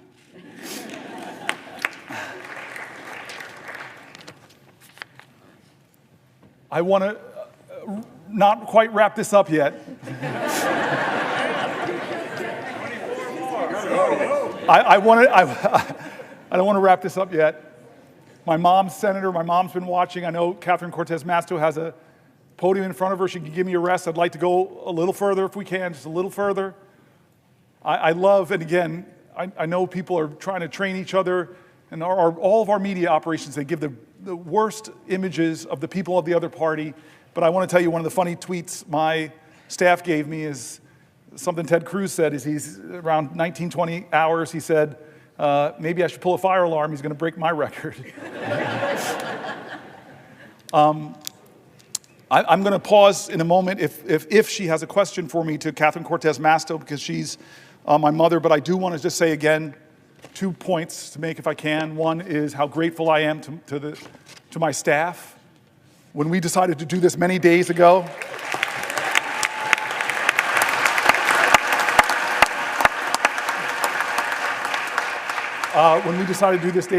they were like, we have to do this. And we started preparing and working on this, and they did an extraordinary job. They were with me late nights, writing. I just feel guilty because they wrote about 10 books, and we didn't use all of them. They were really substantive stuff, pulling from Republicans and Democrats in critique of this moment, pulling from Democrats and Republicans, Republican governors that were saying, do not cut Medicaid. States that know, as my colleagues do, that have a trigger, that if the Medicaid funding goes below 90%, they stop the Medicaid expansion.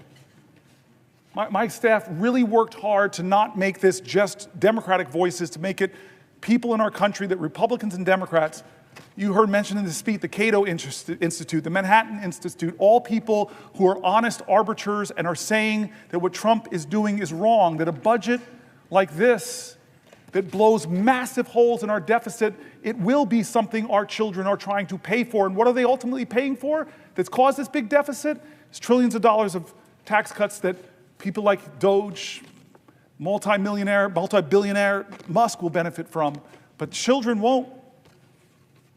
They did such a good job bringing together authorities on both sides of the aisle. I just want to thank them. I want to thank my cousin Pam and my family. Cousin Pam, like Chris Murphy, was here for the whole time. I want to thank Chris Murphy again.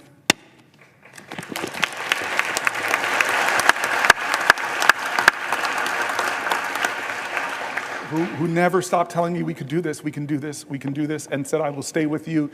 He's been with me on the floor. I hope you don't look as tired as I look, because you look beat, man. Do I look that bad? No. All right. I want to go a little bit past this, and then I'm gonna deal with some of the biological urgencies I'm feeling.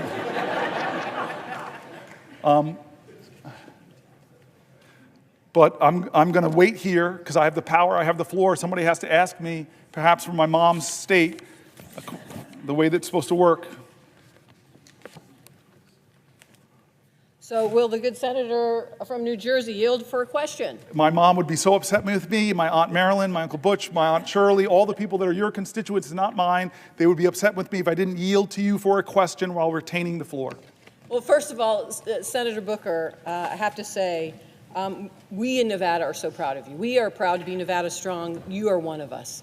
You are definitely New Jersey, Nevada Strong, and so proud of what you have accomplished so far, and willing to stay here as long as it takes to help you get your message across.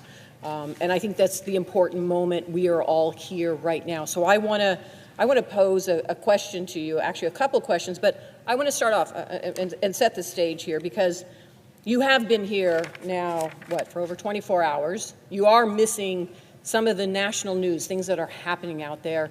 But one of the things I want to point to that is happening that you may not be aware of, and you've touched on it a little earlier today, is this notion that we have now a president who is actually focused on billionaires and tax cuts for billionaires at the expense of the American public.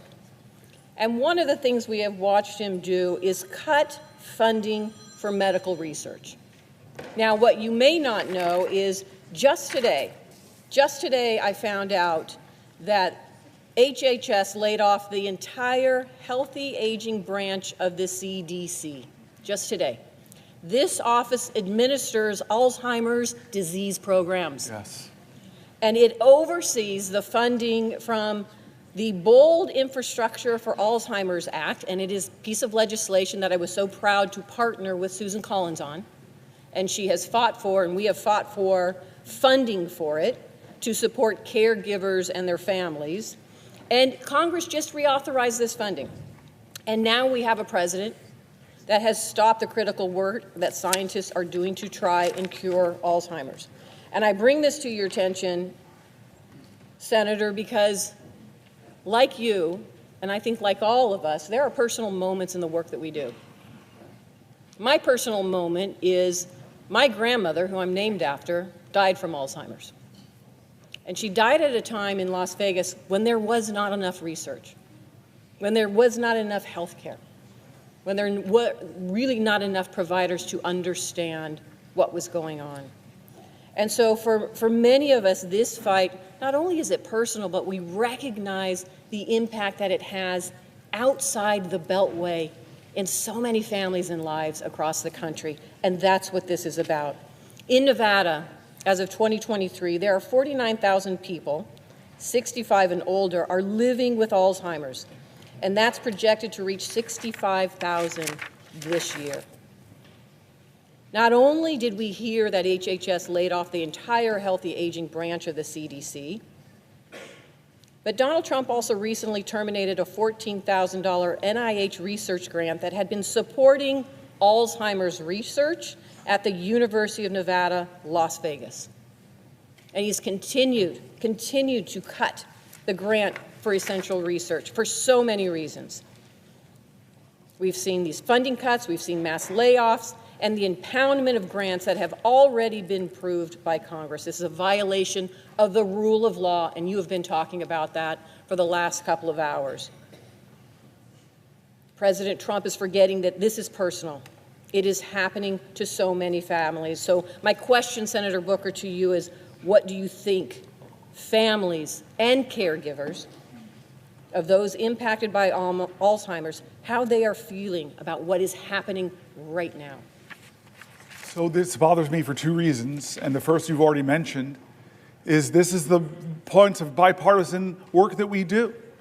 I talked about Chris Murphy and the bipartisan gun bill that lots of people here worked on with Senator Cornyn and others, and how upset my state is that some of that community violence intervention money that I worked so hard to get in that bill is being clawed back by a president. There are people in this room, I know so many of you, and I know on the other side, that have done such great work to work with our colleagues to find common ground and get really important programs passed that bring resources to families. And it's being clawed back by a president, not with consultation, not with a hearing, not with a discussion of even why you would target Alzheimer's research. That is a violation of the separation of powers. And I wish my Republican colleagues would hold more hearings about that. These are programs that they like. I saw that with USAID.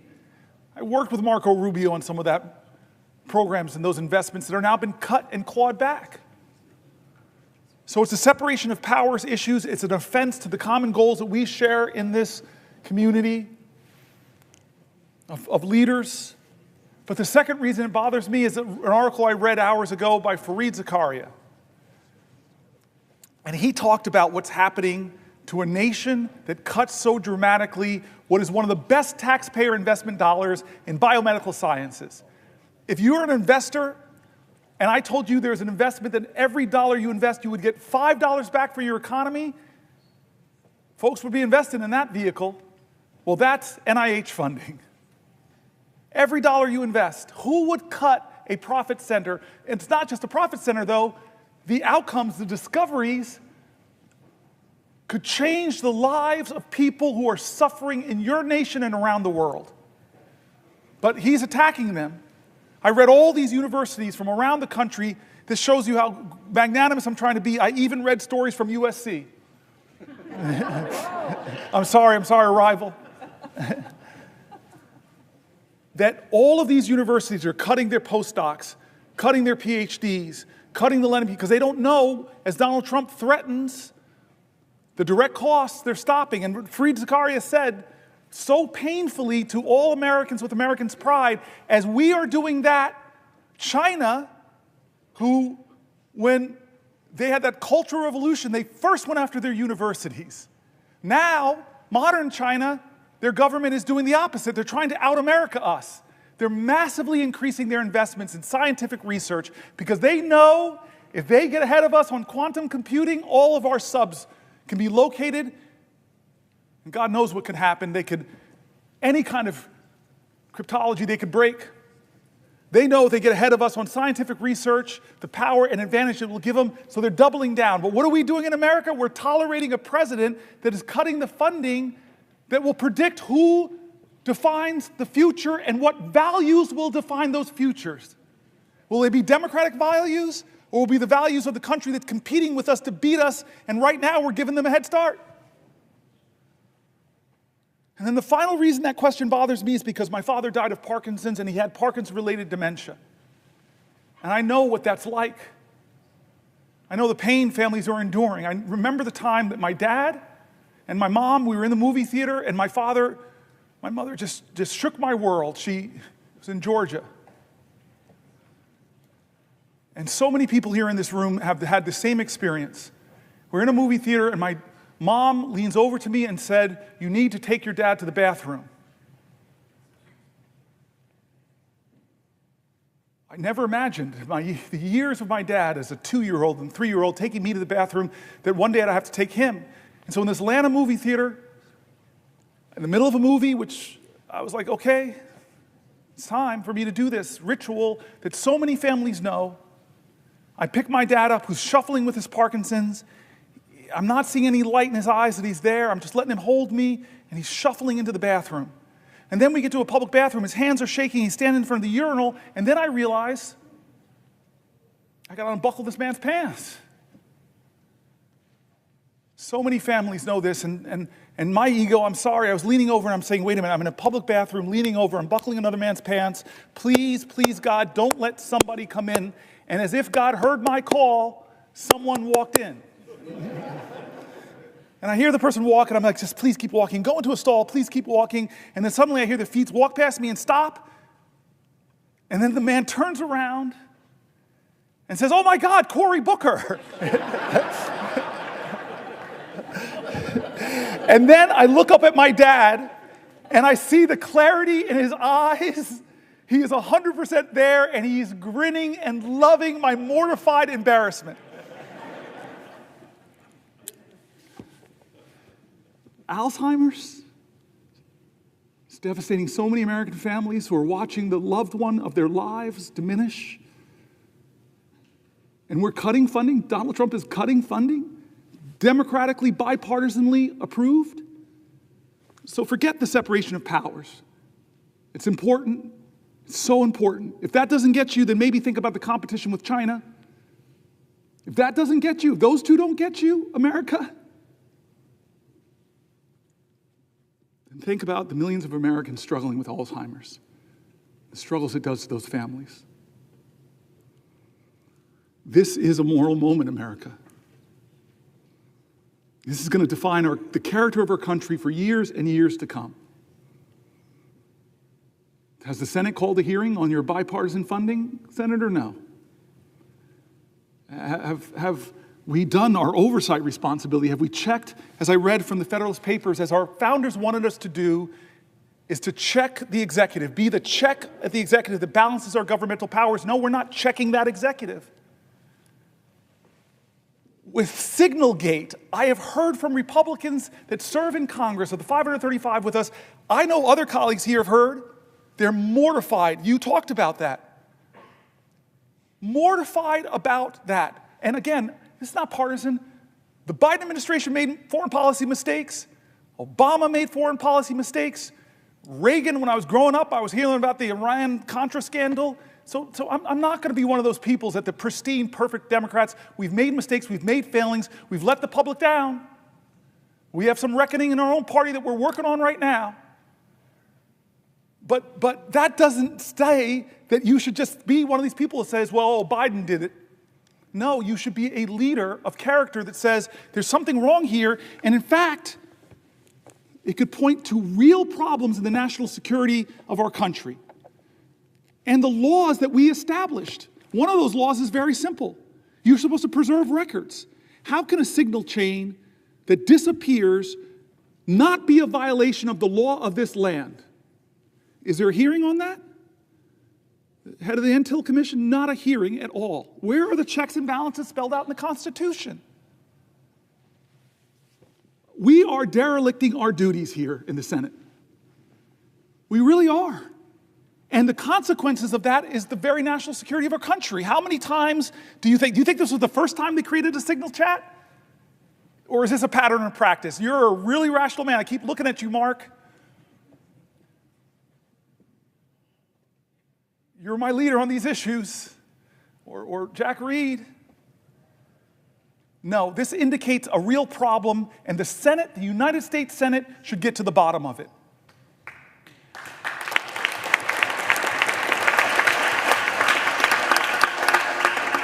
This is a moral moment. I keep saying it's a moral moment.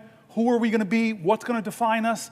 And it's time not for the typical tribalism. It's time for leaders to start standing up and saying, you know what? We can go a different way. We can imagine a different country. That's why I pointed out the new leader of the Democratic Party on the House side. We're a different generation. There's a rising generation of people. I've talked about my friend who wrote this great book, Abundance. There's a whole bunch of new ideas out there that are about the future, about the possibilities, about the hope, about the greatness of America, not the greatness that is braggadocious, not the greatness that says, I'm better than you, not the greatness that says, only I can fix things. That's not the America we want. We want America that says, we the people. An America that says, e pluribus unum. An America says that our history shows that rugged individualism and self-reliance are important values, but rugged individualism didn't beat the Nazis. It didn't take us to the moon. We did that together, America. We need bigger visions that can unite us beyond our narrow partisan divides to get a real mandate. And you know what a real mandate should be? It should be government efficiency. It really should be. God, I have heard from so many of my colleagues on this side of the aisle that have said, if they formed a commission of former executives in this body, I see you, Maggie Hassan, it was hard, but I had to cut 24% of my budget, 1 out of 4 employees. It was really hard, caused a lot of pain, but we had to reduce my government. There are a lot of people here, there are executives on both sides of the aisle that would have said, pick me, let's form the most exciting team possible. Because Jack Reed knows that the military of the United States of America could do things more efficiently. It's a little bit of waste over there, because they haven't passed an audit. Where's Mary Cantwell? The Commerce Committee, so many ideas about how to create profit centers in the American government. You have talked to me about them. You're brilliant on some of these ideas. I look around here, but I could look to the other side of the aisle. The farmer sitting over there, the guy who's been so good to me, Chuck Grassley. I forced that man to hug me when we passed. I forced you to hug me, sir. I have pictures. Can't deny it. I don't know how you're going to get reelected now, sir. You hugged this dude, black dude from New Jersey. You're so sweet to me still. We passed a big bipartisan bill because people like him, like the presiding officer, I've met with you, you still have big ideas. You still have big ideas that aren't partisan. If President Trump, from his inaugural address to his first speech before a joint session of Congress, said, enough, there are big ideas in this country, I want the best, I want people to come together, I'm tired of us talking down at each other, it's time for us to come together and imagine ways to create real abundance in America for all Americans. I trust the genius of America, the kindness and the decency, but this president doesn't do that. He violates all of our common senses of decency. And don't say it doesn't happen, folks. Don't say that. I listen to him. I listen to how he talks about people. We have a government now, as I said earlier, that isn't ask not what your country can do for you, but what you can do for your country. We have a country now where a president says, ask not what your country can do for you, ask what you can do for Donald Trump. And you're seeing who gets the special treatment. Some law firms are really threatened right now with being bankrupted by Donald Trump targeting them. Others have decided a different path. I'm not hating on them, but they said we're going to go to Trump and we're going to offer him what he wants. We're going to give him tens of millions of dollars of free pro bono work. I wish they would bring some of that free pro bono work to Newark, New Jersey. A lot of people who need lawyers, folks in my city. What are the standards here of our government? You want a merger? Well, maybe you should put a lot of money in Donald Trump's meme coin. I read the document, there's something word called emoluments.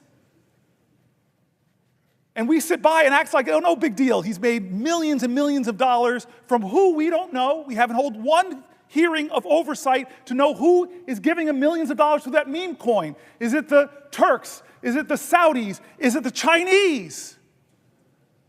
Is it the Russian oligarchs? Do we know? Should we know? Yes, America, stop falling into tribal lanes and closing your eyes to things that should not be normalized. Why are we normalizing these things? They're wrong. They're patently, on the face of it, is wrong. If you use signal to discuss a military attack, the time of the attack, the weapons that are going to be used, and you do it on a commercial app and decide to include a reporter, there should be accountability. Am I crazy?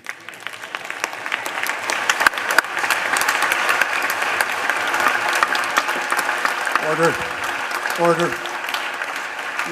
Ladies and gentlemen, let me just remind you, expressions of approval and disapproval are not permitted by the gallery. Thank you.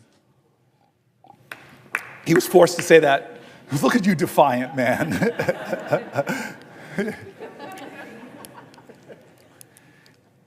The Senate and the House should be checks and balances on the President of the United States. The Senate and the House should not allow business as usual in this moment when the President is insisting that no one has the power to check and balance him. When a judge does it, when a judge decides on the soundness of his legal observations to have a ruling, and then the President of the United States doesn't appeal the ruling like most people kind of do, but starts to drag and insult and threaten that judge with impeachment. And some people, astonishing to me, in our government said, oh, that's right, we should impeach this guy. That's not a question of left or right, that's a question of right or wrong. We're normalizing this behavior. We're letting him do things that Republicans and Democrats should say together are wrong.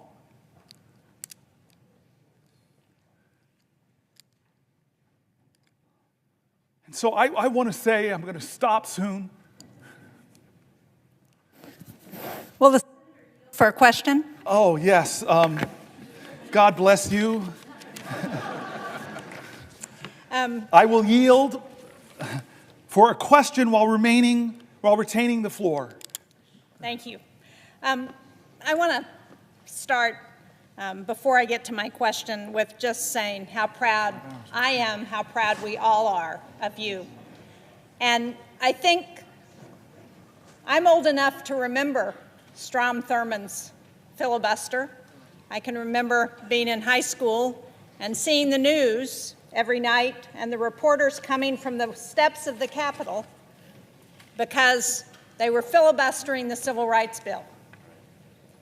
And what I'm proud of is that your focus on democracy and the opportunities that democracy opens up for all of our rights, in my mind, cancels out what Strom Thurmond did to prevent African Americans and others from getting the rights they deserve in this country. So I'm proud of that.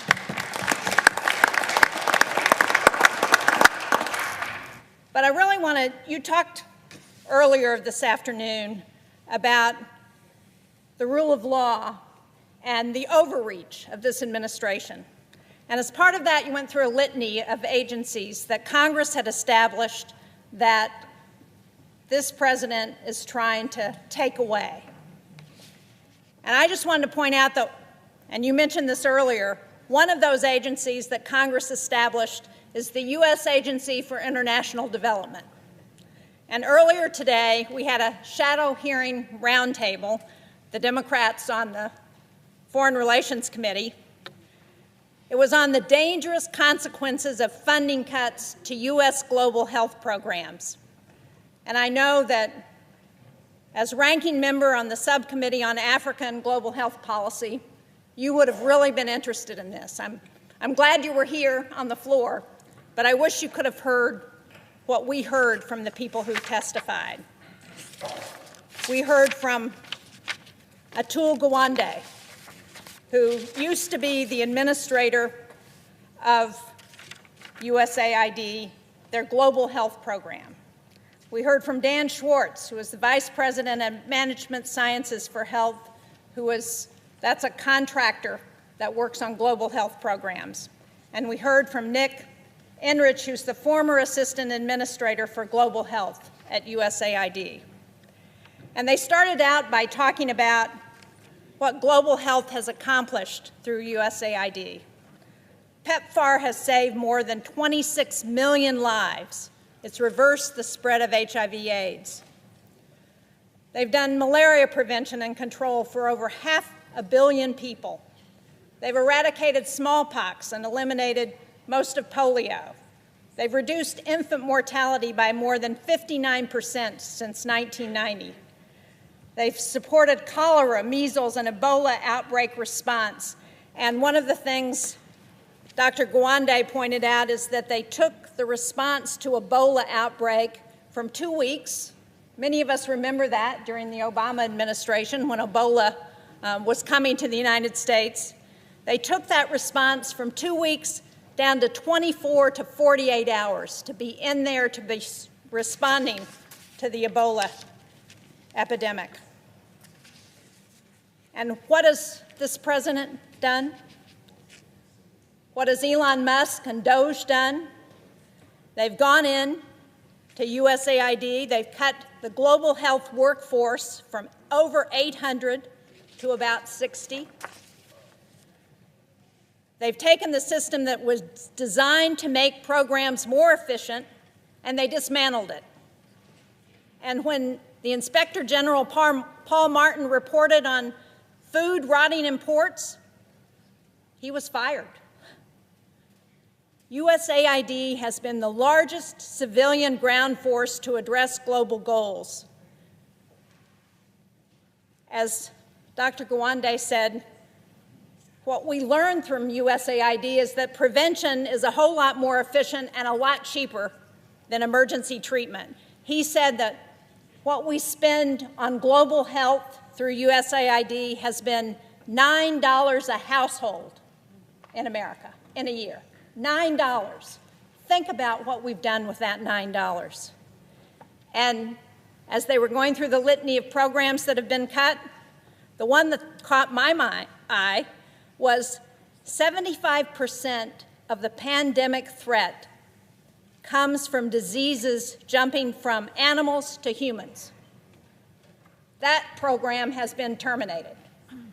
75% of the threat of future pandemics.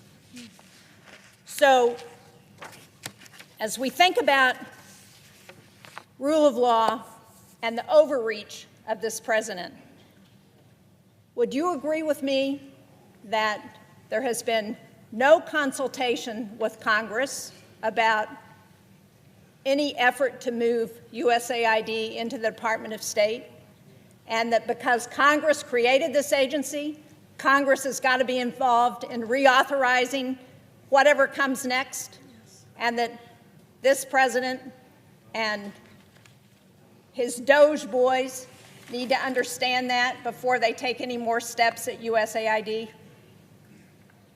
Yes, yes, yes. You and I both know that in a bipartisan way, we created some of these programs principally to keep America safe. Many of us remember that dramatic hearing where Trump's Secretary of Defense, James Mattis, sat before the American people when they were discussing the budgets for USAID and the State Department.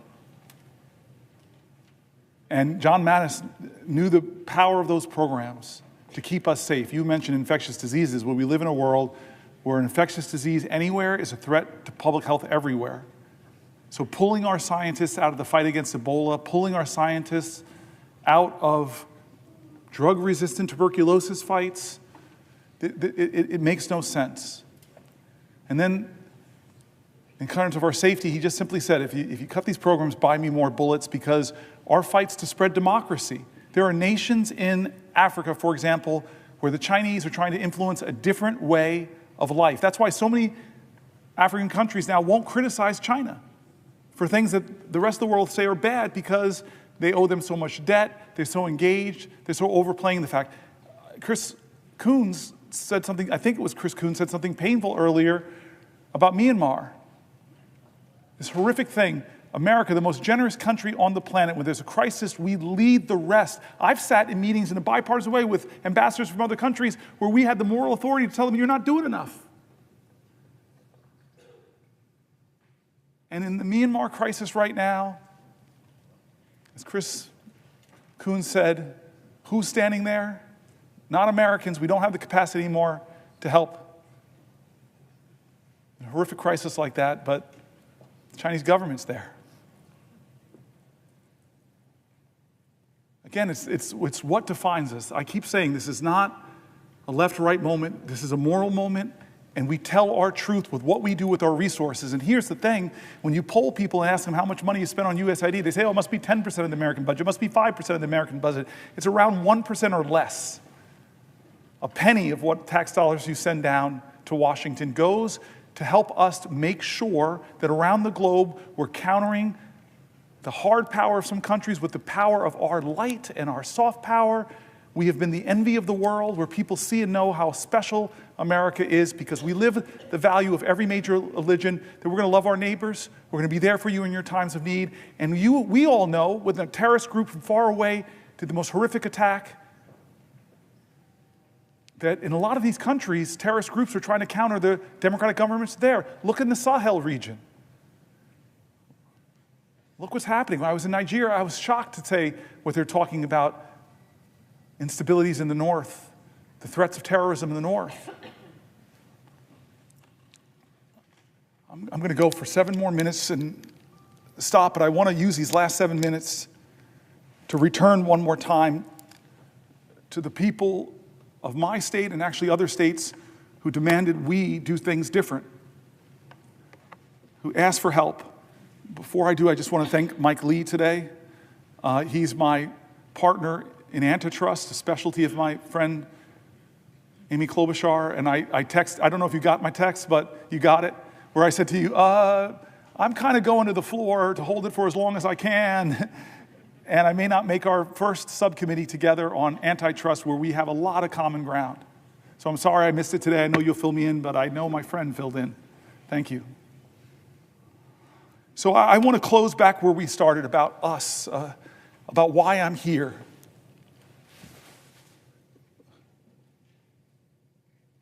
I believe that there is an urgent crisis in our country that we are not talking about. It's not a left-right crisis, it's a right-wrong crisis. It's a moral moment, and again, in America, that's going to define our character, about who we are and what we stand for. There's a threat to the bedrock commitments we've made to each other as a country. People are threatening that bedrock commitment of Social Security. They're calling it a Ponzi scheme. They're making up absolute lies about it. When I read American after American who said that that is their lifeline, that told stories that if they don't get their Social Security payment or they get caught up because nobody's answering their calls, if the rural Social Security office, I read states, red and blue, where they're closing Social Security offices, if I now have to drive not 100 miles, but 150 miles at 93 years old, it doesn't quite make sense. One of my colleagues stood up here and said, that's already cutting benefits if you can't access the folks. I stood here because there's a threat to these bedrock commitments. The bedrock commitment we've made in healthcare in this country. We won the defense of the Affordable Care Act, but my colleagues know when you start talking about Medicaid, that's not 20 plus million Americans. It's 70, 80, 90 million Americans. It's our elders in nursing homes. It's our children with disabilities. It's our moms giving birth that are still giving birth in the country with about the highest maternal mortality rates in the industrial world. It's a moral moment. Who do we stand for? Like Schumer shocked me when he said they're going to use some kind of budget gimmick to push this through. He shocked me, Chuck. I thought this was going to come down to the parliamentarian, but it doesn't sound like it. Now it's just going to get done. With the math, and I read from Manhattan Institute criticized it on the right. AEI criticized it on the right. They said, what are you doing? What are you doing, America? You're going to rake up trillions and trillions of dollars in debt that our children and our children's children are going to have to pay for, passing the bucks that will grow. Are you doing that to help people get more access to health care, more access to retirement security, more access to the things we believe in, big ideas like universal child care, paid family leave? No, we're doing that in order to renew the tax cuts that I read conservative budget folks, moderate budget folks, all across the spectrum who said it will blow up our deficit.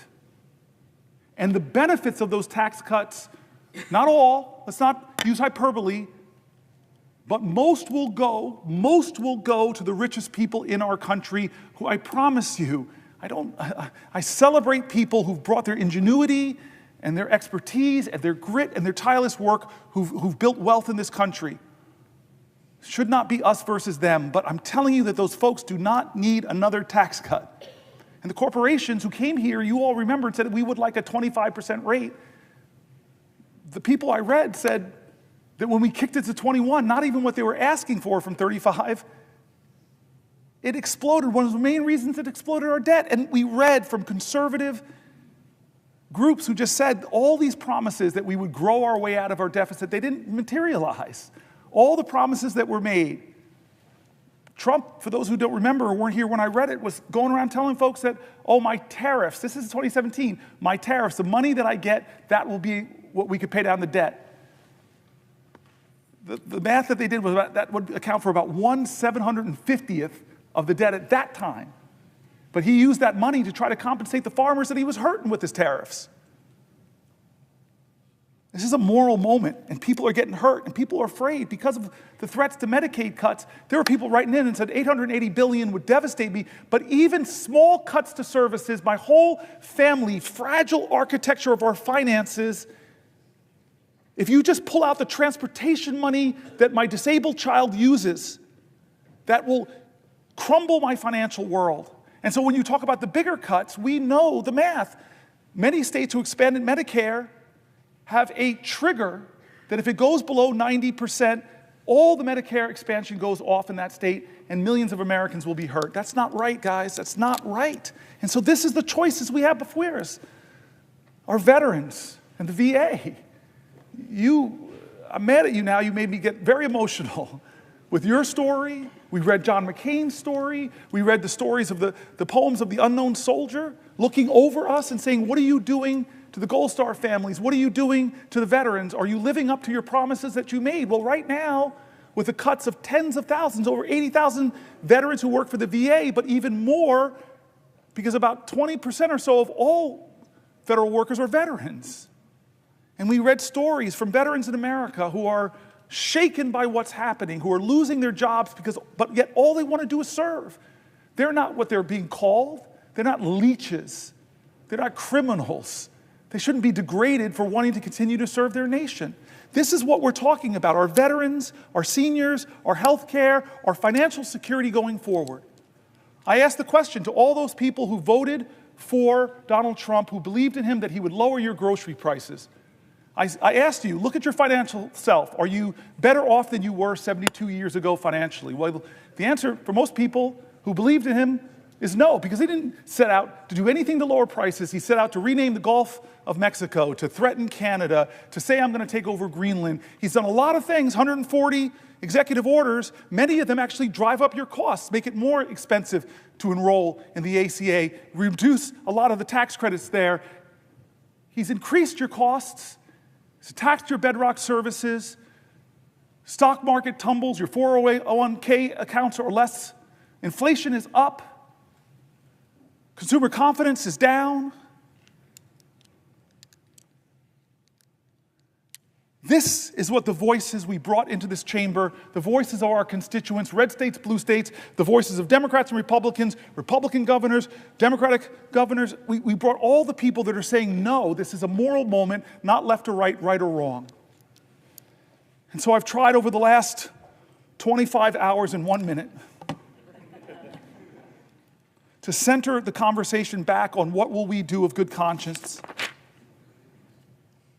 People who are saying, I served this country, I risked my life, shouldn't be able to keep my job. People who are saying, this country once made itself the envy of the world because we invested in high quality education for every child. I don't like what's going on at the end of the Department of Education. People who are saying, I worked harder than I ever have, but the prices on everything in my life are getting higher.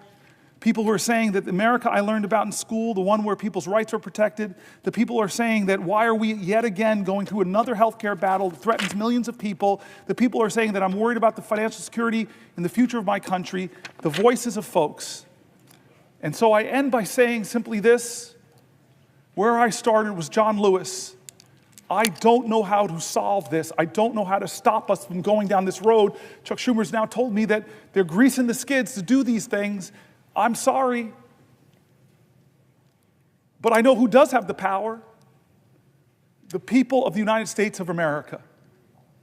The power of the people is greater than the people in power. It is time to heed the words of the man I began this whole thing with, John Lewis.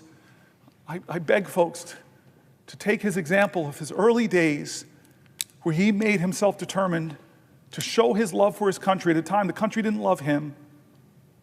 To love this country so much, to be such a patriot that he endured beatings savagely on the Edmund Pettus Bridge, at lunch counters, on freedom rides. He said he had to do something. He would not normalize a moment like this. He would not just go along with business as usual. He wouldn't know how to solve it. But there's one thing that he would do that I hope we all can do that I think I did a little bit of tonight.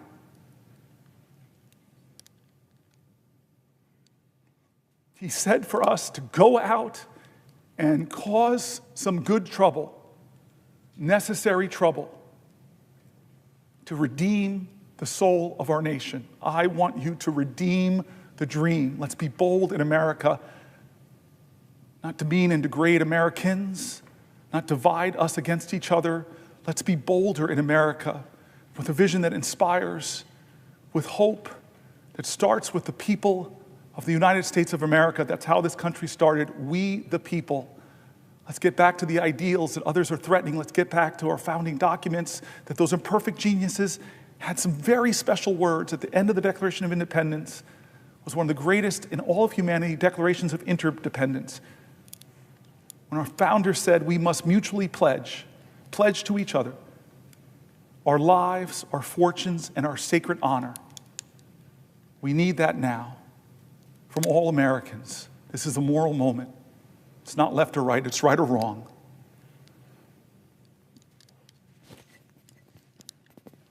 Let's get in good trouble. My friend, Madam President, I yield the floor.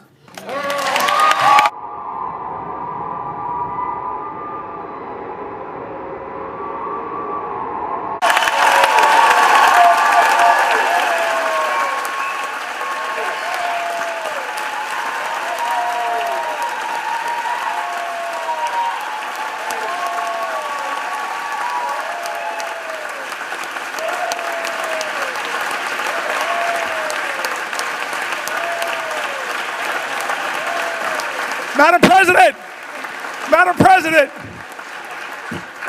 thank you to the pages, thank you to the parliamentarian staff, thank you to the clerks, thank you to the doorkeepers. There are so many people that make this place special. I kept you up all night, kept you up 24 hours. I just want to say thank you. Thank you, everybody.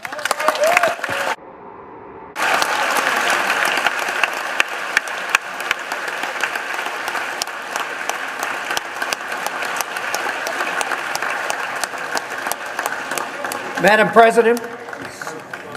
Madam President. Senator from Idaho. Madam President, this next regular order of business, confirmation of Mr. Matthew Whitaker.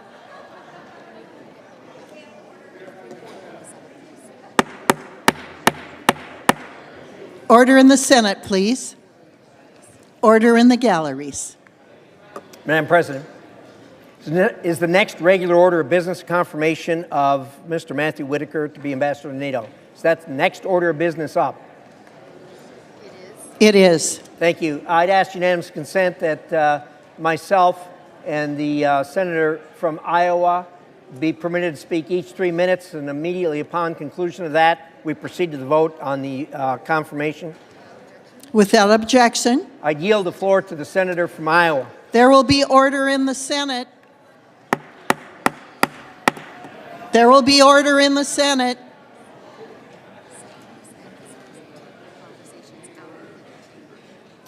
Senators and visitors will take their conversations out of the chamber.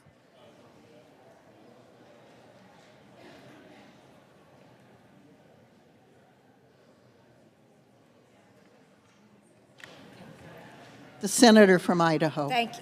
Excuse me, Iowa.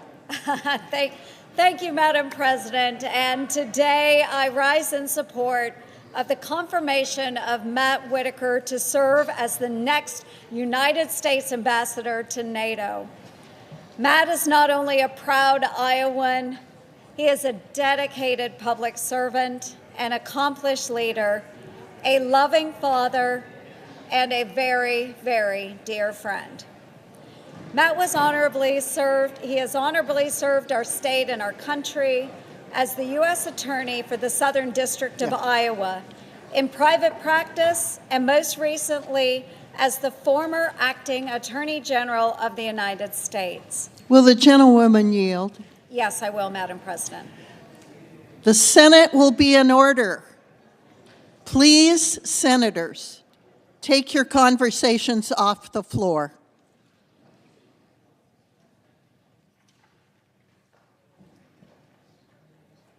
The gentlewoman from Iowa may proceed. Thank you, Madam President. Matt and I first crossed paths during the 2014 U.S. Senate primary in Iowa.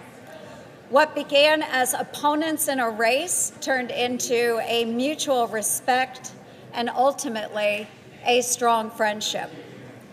Since 2014, Matt has supported me in countless ways, offering wise counsel and keen insight on the issues facing our state, nation, and our world today. While some may just brush it off as Iowa nice, I believe this is a clear demonstration of Matt's character. He's willing to put differences aside, strengthen relationships, and put our country over politics.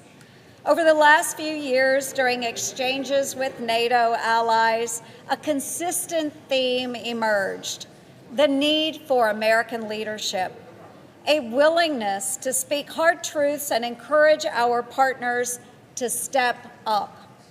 Matt's experience has prepared him for this aspect of the job.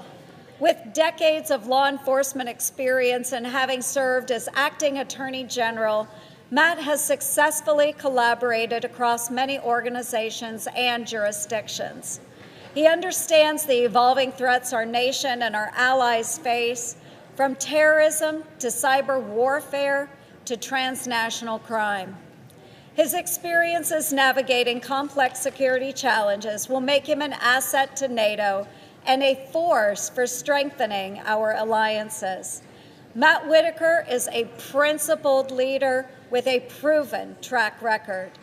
Under President Trump's peace through strength approach, I have no doubt that Matt will be an effective advocate for America's interests and a champion of our national strategy. I urge my colleagues to support his nomination. He is the right leader at the right time for this critical role. Thank you, Madam President. I yield to the gentleman from Idaho. Thank you, Madam President. I rise today in support of President Trump's nominee to be ambassador to NATO, Mr. Matthew Whitaker. First, the good news. NATO remains more than ever relevant to the security of the United States and to Europe. NATO is stronger today than it has ever been. Putin made a horrible mistake when he attacked Ukraine, thinking he would split NATO. He did not split NATO. He made it stronger. Indeed, we've added 2 additional nations to NATO, and Putin has picked up another 800 miles of border with NATO. Now the concern. Unfortunately, some NATO members have taken the alliance and America's support of it for granted. Our European allies have left the heavy financial lifting to us, and by many of their own admissions, have not pulled their weight in defense spending. Dramatic investment from NATO members in our collective defense is absolutely necessary. Mr. Whitaker, as our next ambassador to NATO, will help President Trump preserve the fidelity, commitment, and integrity of NATO. He will encourage our allies to rise to meet the challenges of an increasingly dangerous world. And he will help our allies understand that this must be a true partnership. It's a tough job. I urge my colleagues to support Mr. Whitaker as he takes on this challenge as our next U.S. ambassador to NATO. And Madam President, I ask the Senate execute the order of March 27th with respect to the Whitaker nomination. The clerk will report the nomination. Department of State Matthew Whitaker of Iowa to be United States Permanent Representative on the Council of the North Atlantic Treaty Organization. The question occurs on the nomination.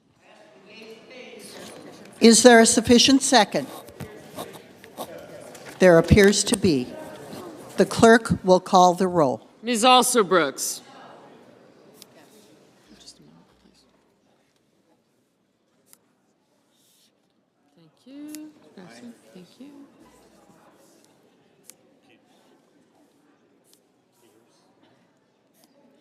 Thank you.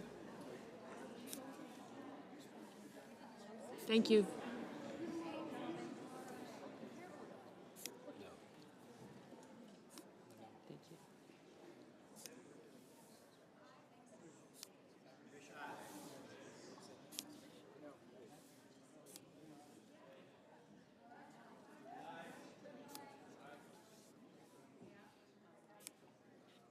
Okay, gotcha. Sure, thank you. Gotcha, thank you. One. I got you.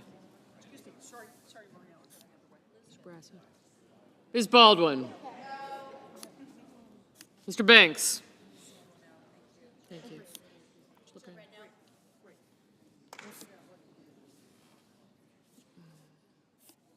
Thank you.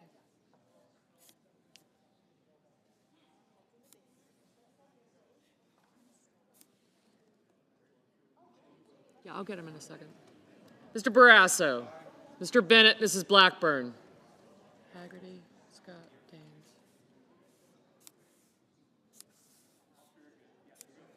Rose, I got him. I've got other guys. Thank you.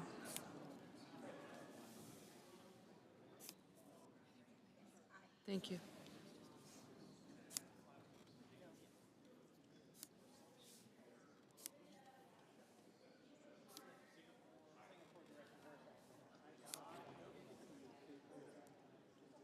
Mr. Blumenthal, Ms. Blunt Rochester.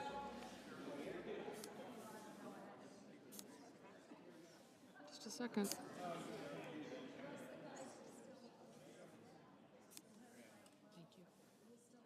you. You too.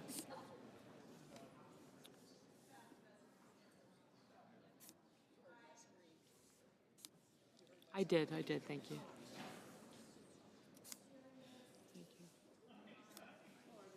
Mr. Booker, Mr. Bozeman, Mrs. Britt. Yes, for me. Thank you. Mr. Budd, Ms. Cantwell, Mrs. Capito, Mr. Cassidy, Ms. Collins, Mr. Coons, Mr. Cornyn, Ms. Cortez Masto, Mr. Cotton, Mr. Kramer, Mr. Crapo, Mr. Cruz, Mr. Curtis, Mr. Daines, Ms. Duckworth, Mr. Durbin, Ms. Ernst, Mr. Fetterman, Mrs. Fisher, Mr. Gallego, Mrs. Gillibrand, Mr. Graham, Mr. Grassley, Mr. Haggerty, Ms. Hassan, Mr. Hawley, Mr. Heinrich, Mr. Hickenlooper, Ms. Hirono, Mr. Hoven, Mr. Husted, Mrs. Hyde-Smith, Mr. Johnson, Mr. Justice, Mr. Kane, Mr. Kelly, Mr. Kennedy, Mr. Kim, Mr. King, Ms. Klobuchar, Mr. Lankford, Mr. Lee,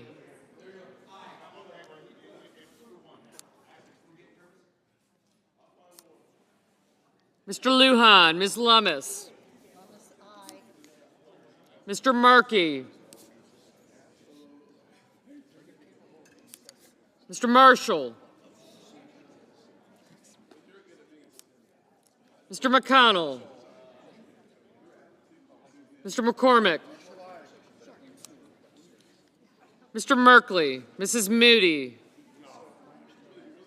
Thank you. Thank you.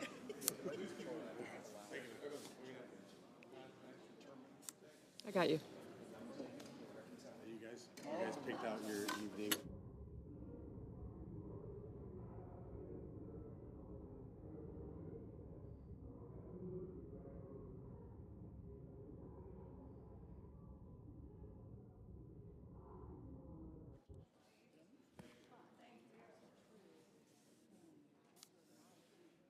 Mr. Moran.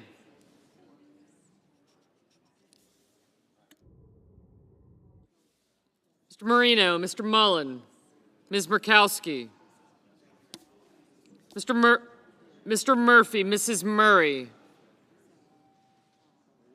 Mr. Ossoff, Mr. Padilla, Mr. Paul, Mr. Peters, Mr. Reed, Mr. Ricketts, Mr. Risch, Ms. Rosen, Mr. Rounds, Mr. Sanders, Mr. Schatz, Mr. Schiff, Mr. Schmidt, Mr. Schumer, Mr. Scott of Florida, Mr. Scott of South Carolina, Mrs. Shaheen, Mr. Sheehy, Ms. Slotkin, Ms. Smith, Mr. Sullivan, Mr. Thune, Mr. Tillis, Mr. Tuberville, Mr. Van Hollen, Mr. Warner, Mr. Warnock, Ms. Warren, Mr. Welch, Mr. Whitehouse, Mr. Wicker, Mr. Wyden, Mr. Young.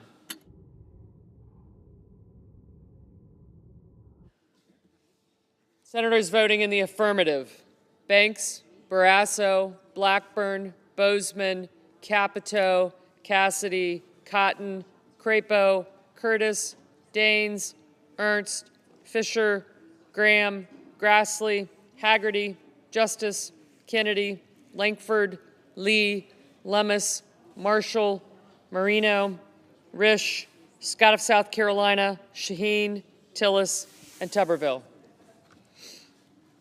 Senators voting in the negative: also Brooks, Baldwin, Bennett, Blumenthal, Blunt-Rochester, Coons, Cortez Masto, Duckworth, Durbin, Fetterman, Gallego, Gillibrand, Hassan, Heinrich, Hickenlooper, Hirono, Kelly, Kim, King, Klobuchar, Lujan, Markey, Merkley, Murphy, Ossoff, Padilla, Peters, Reed, Rosen, Sanders, Schiff, Schumer, Smith, Van Hollen, Warner, Warnock, Warren, Whitehouse, and Wyden.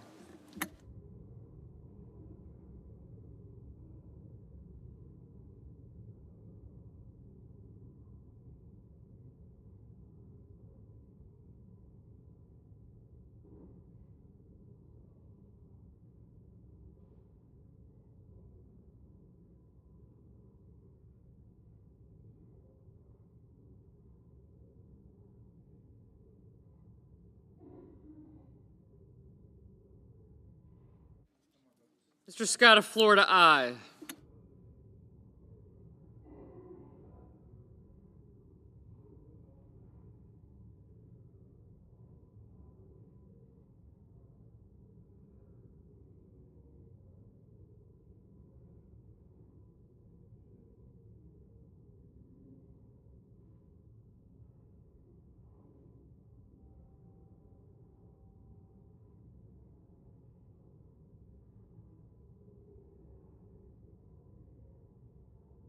Mr. Welch, no.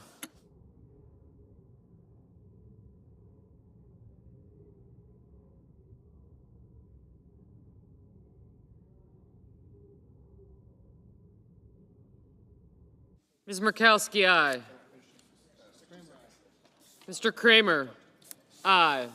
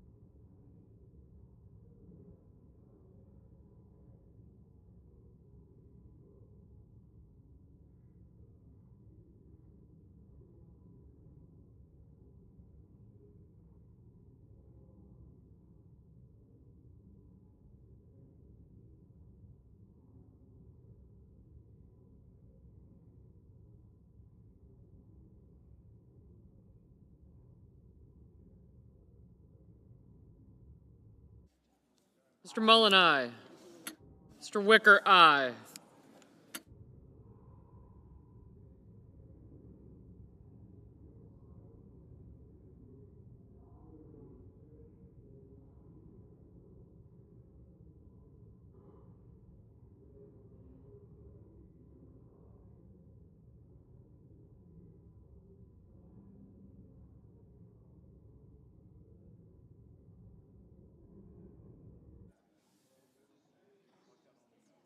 Mr. Young, aye.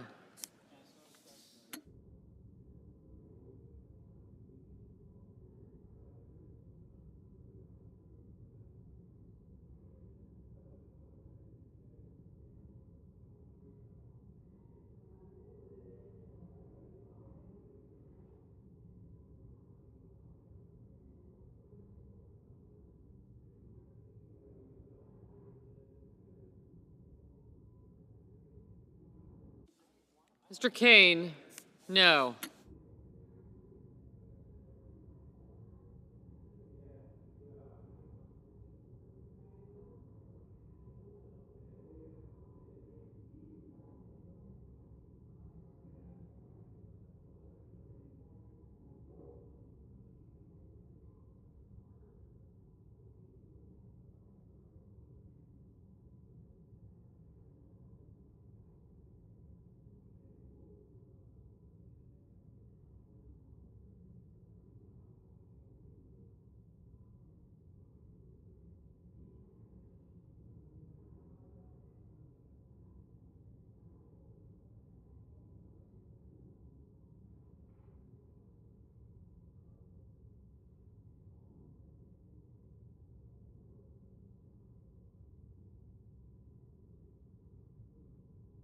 Mr. McConnell, aye.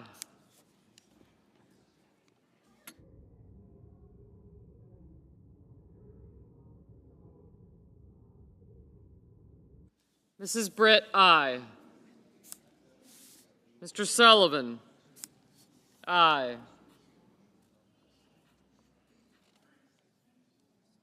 Mr. Booker, no. Ms. Slotkin, no.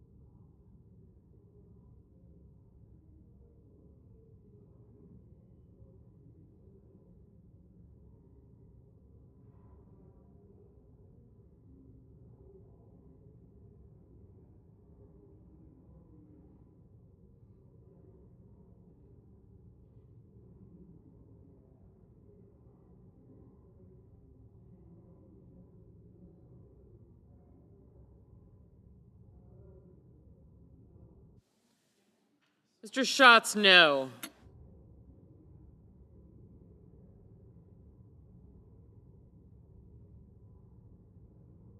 Mr. McCormick, aye.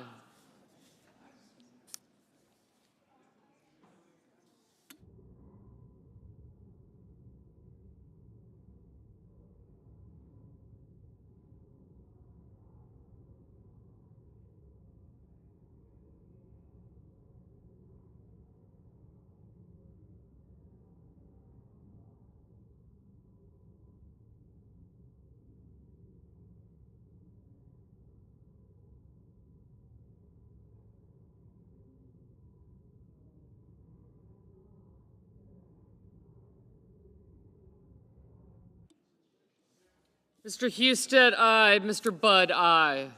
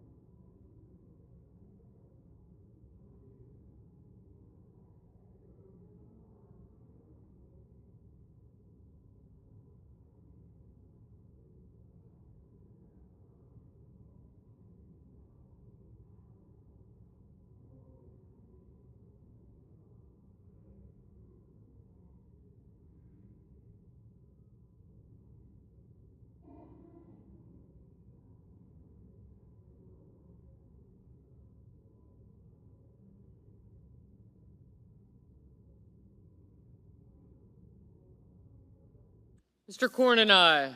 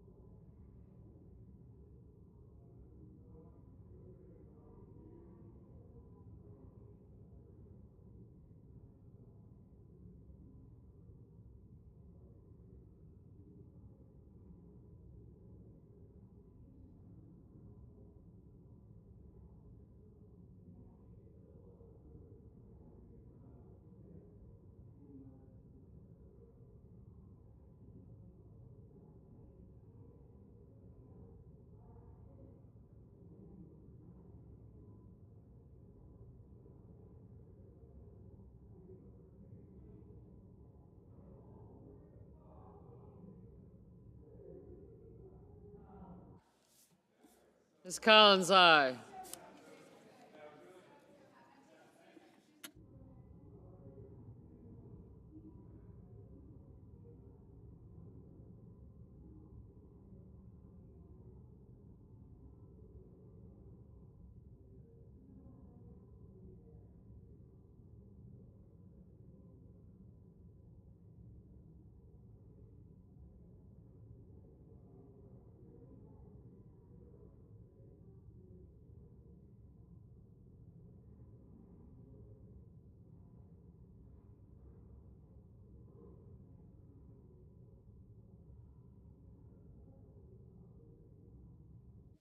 Mr. Johnson, aye.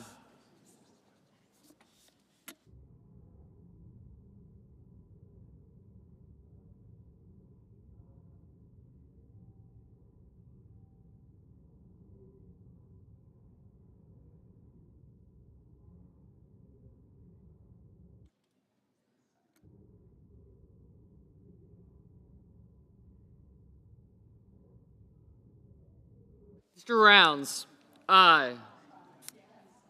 Mr. Sheehy, aye.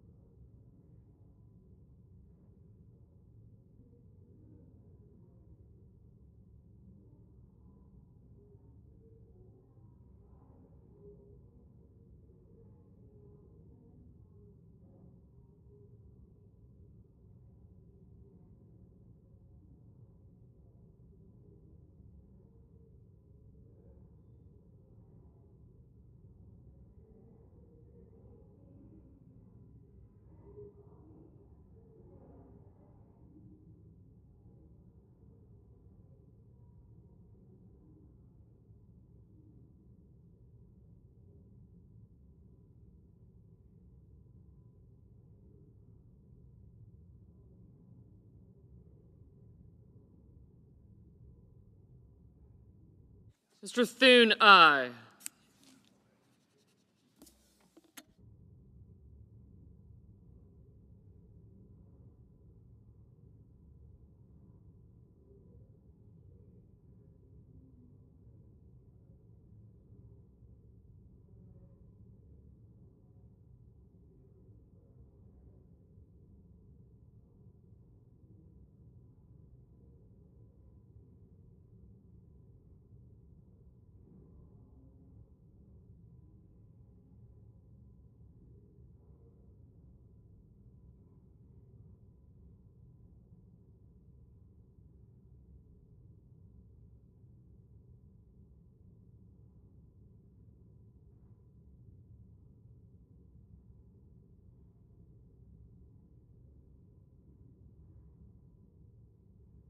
Let's talk.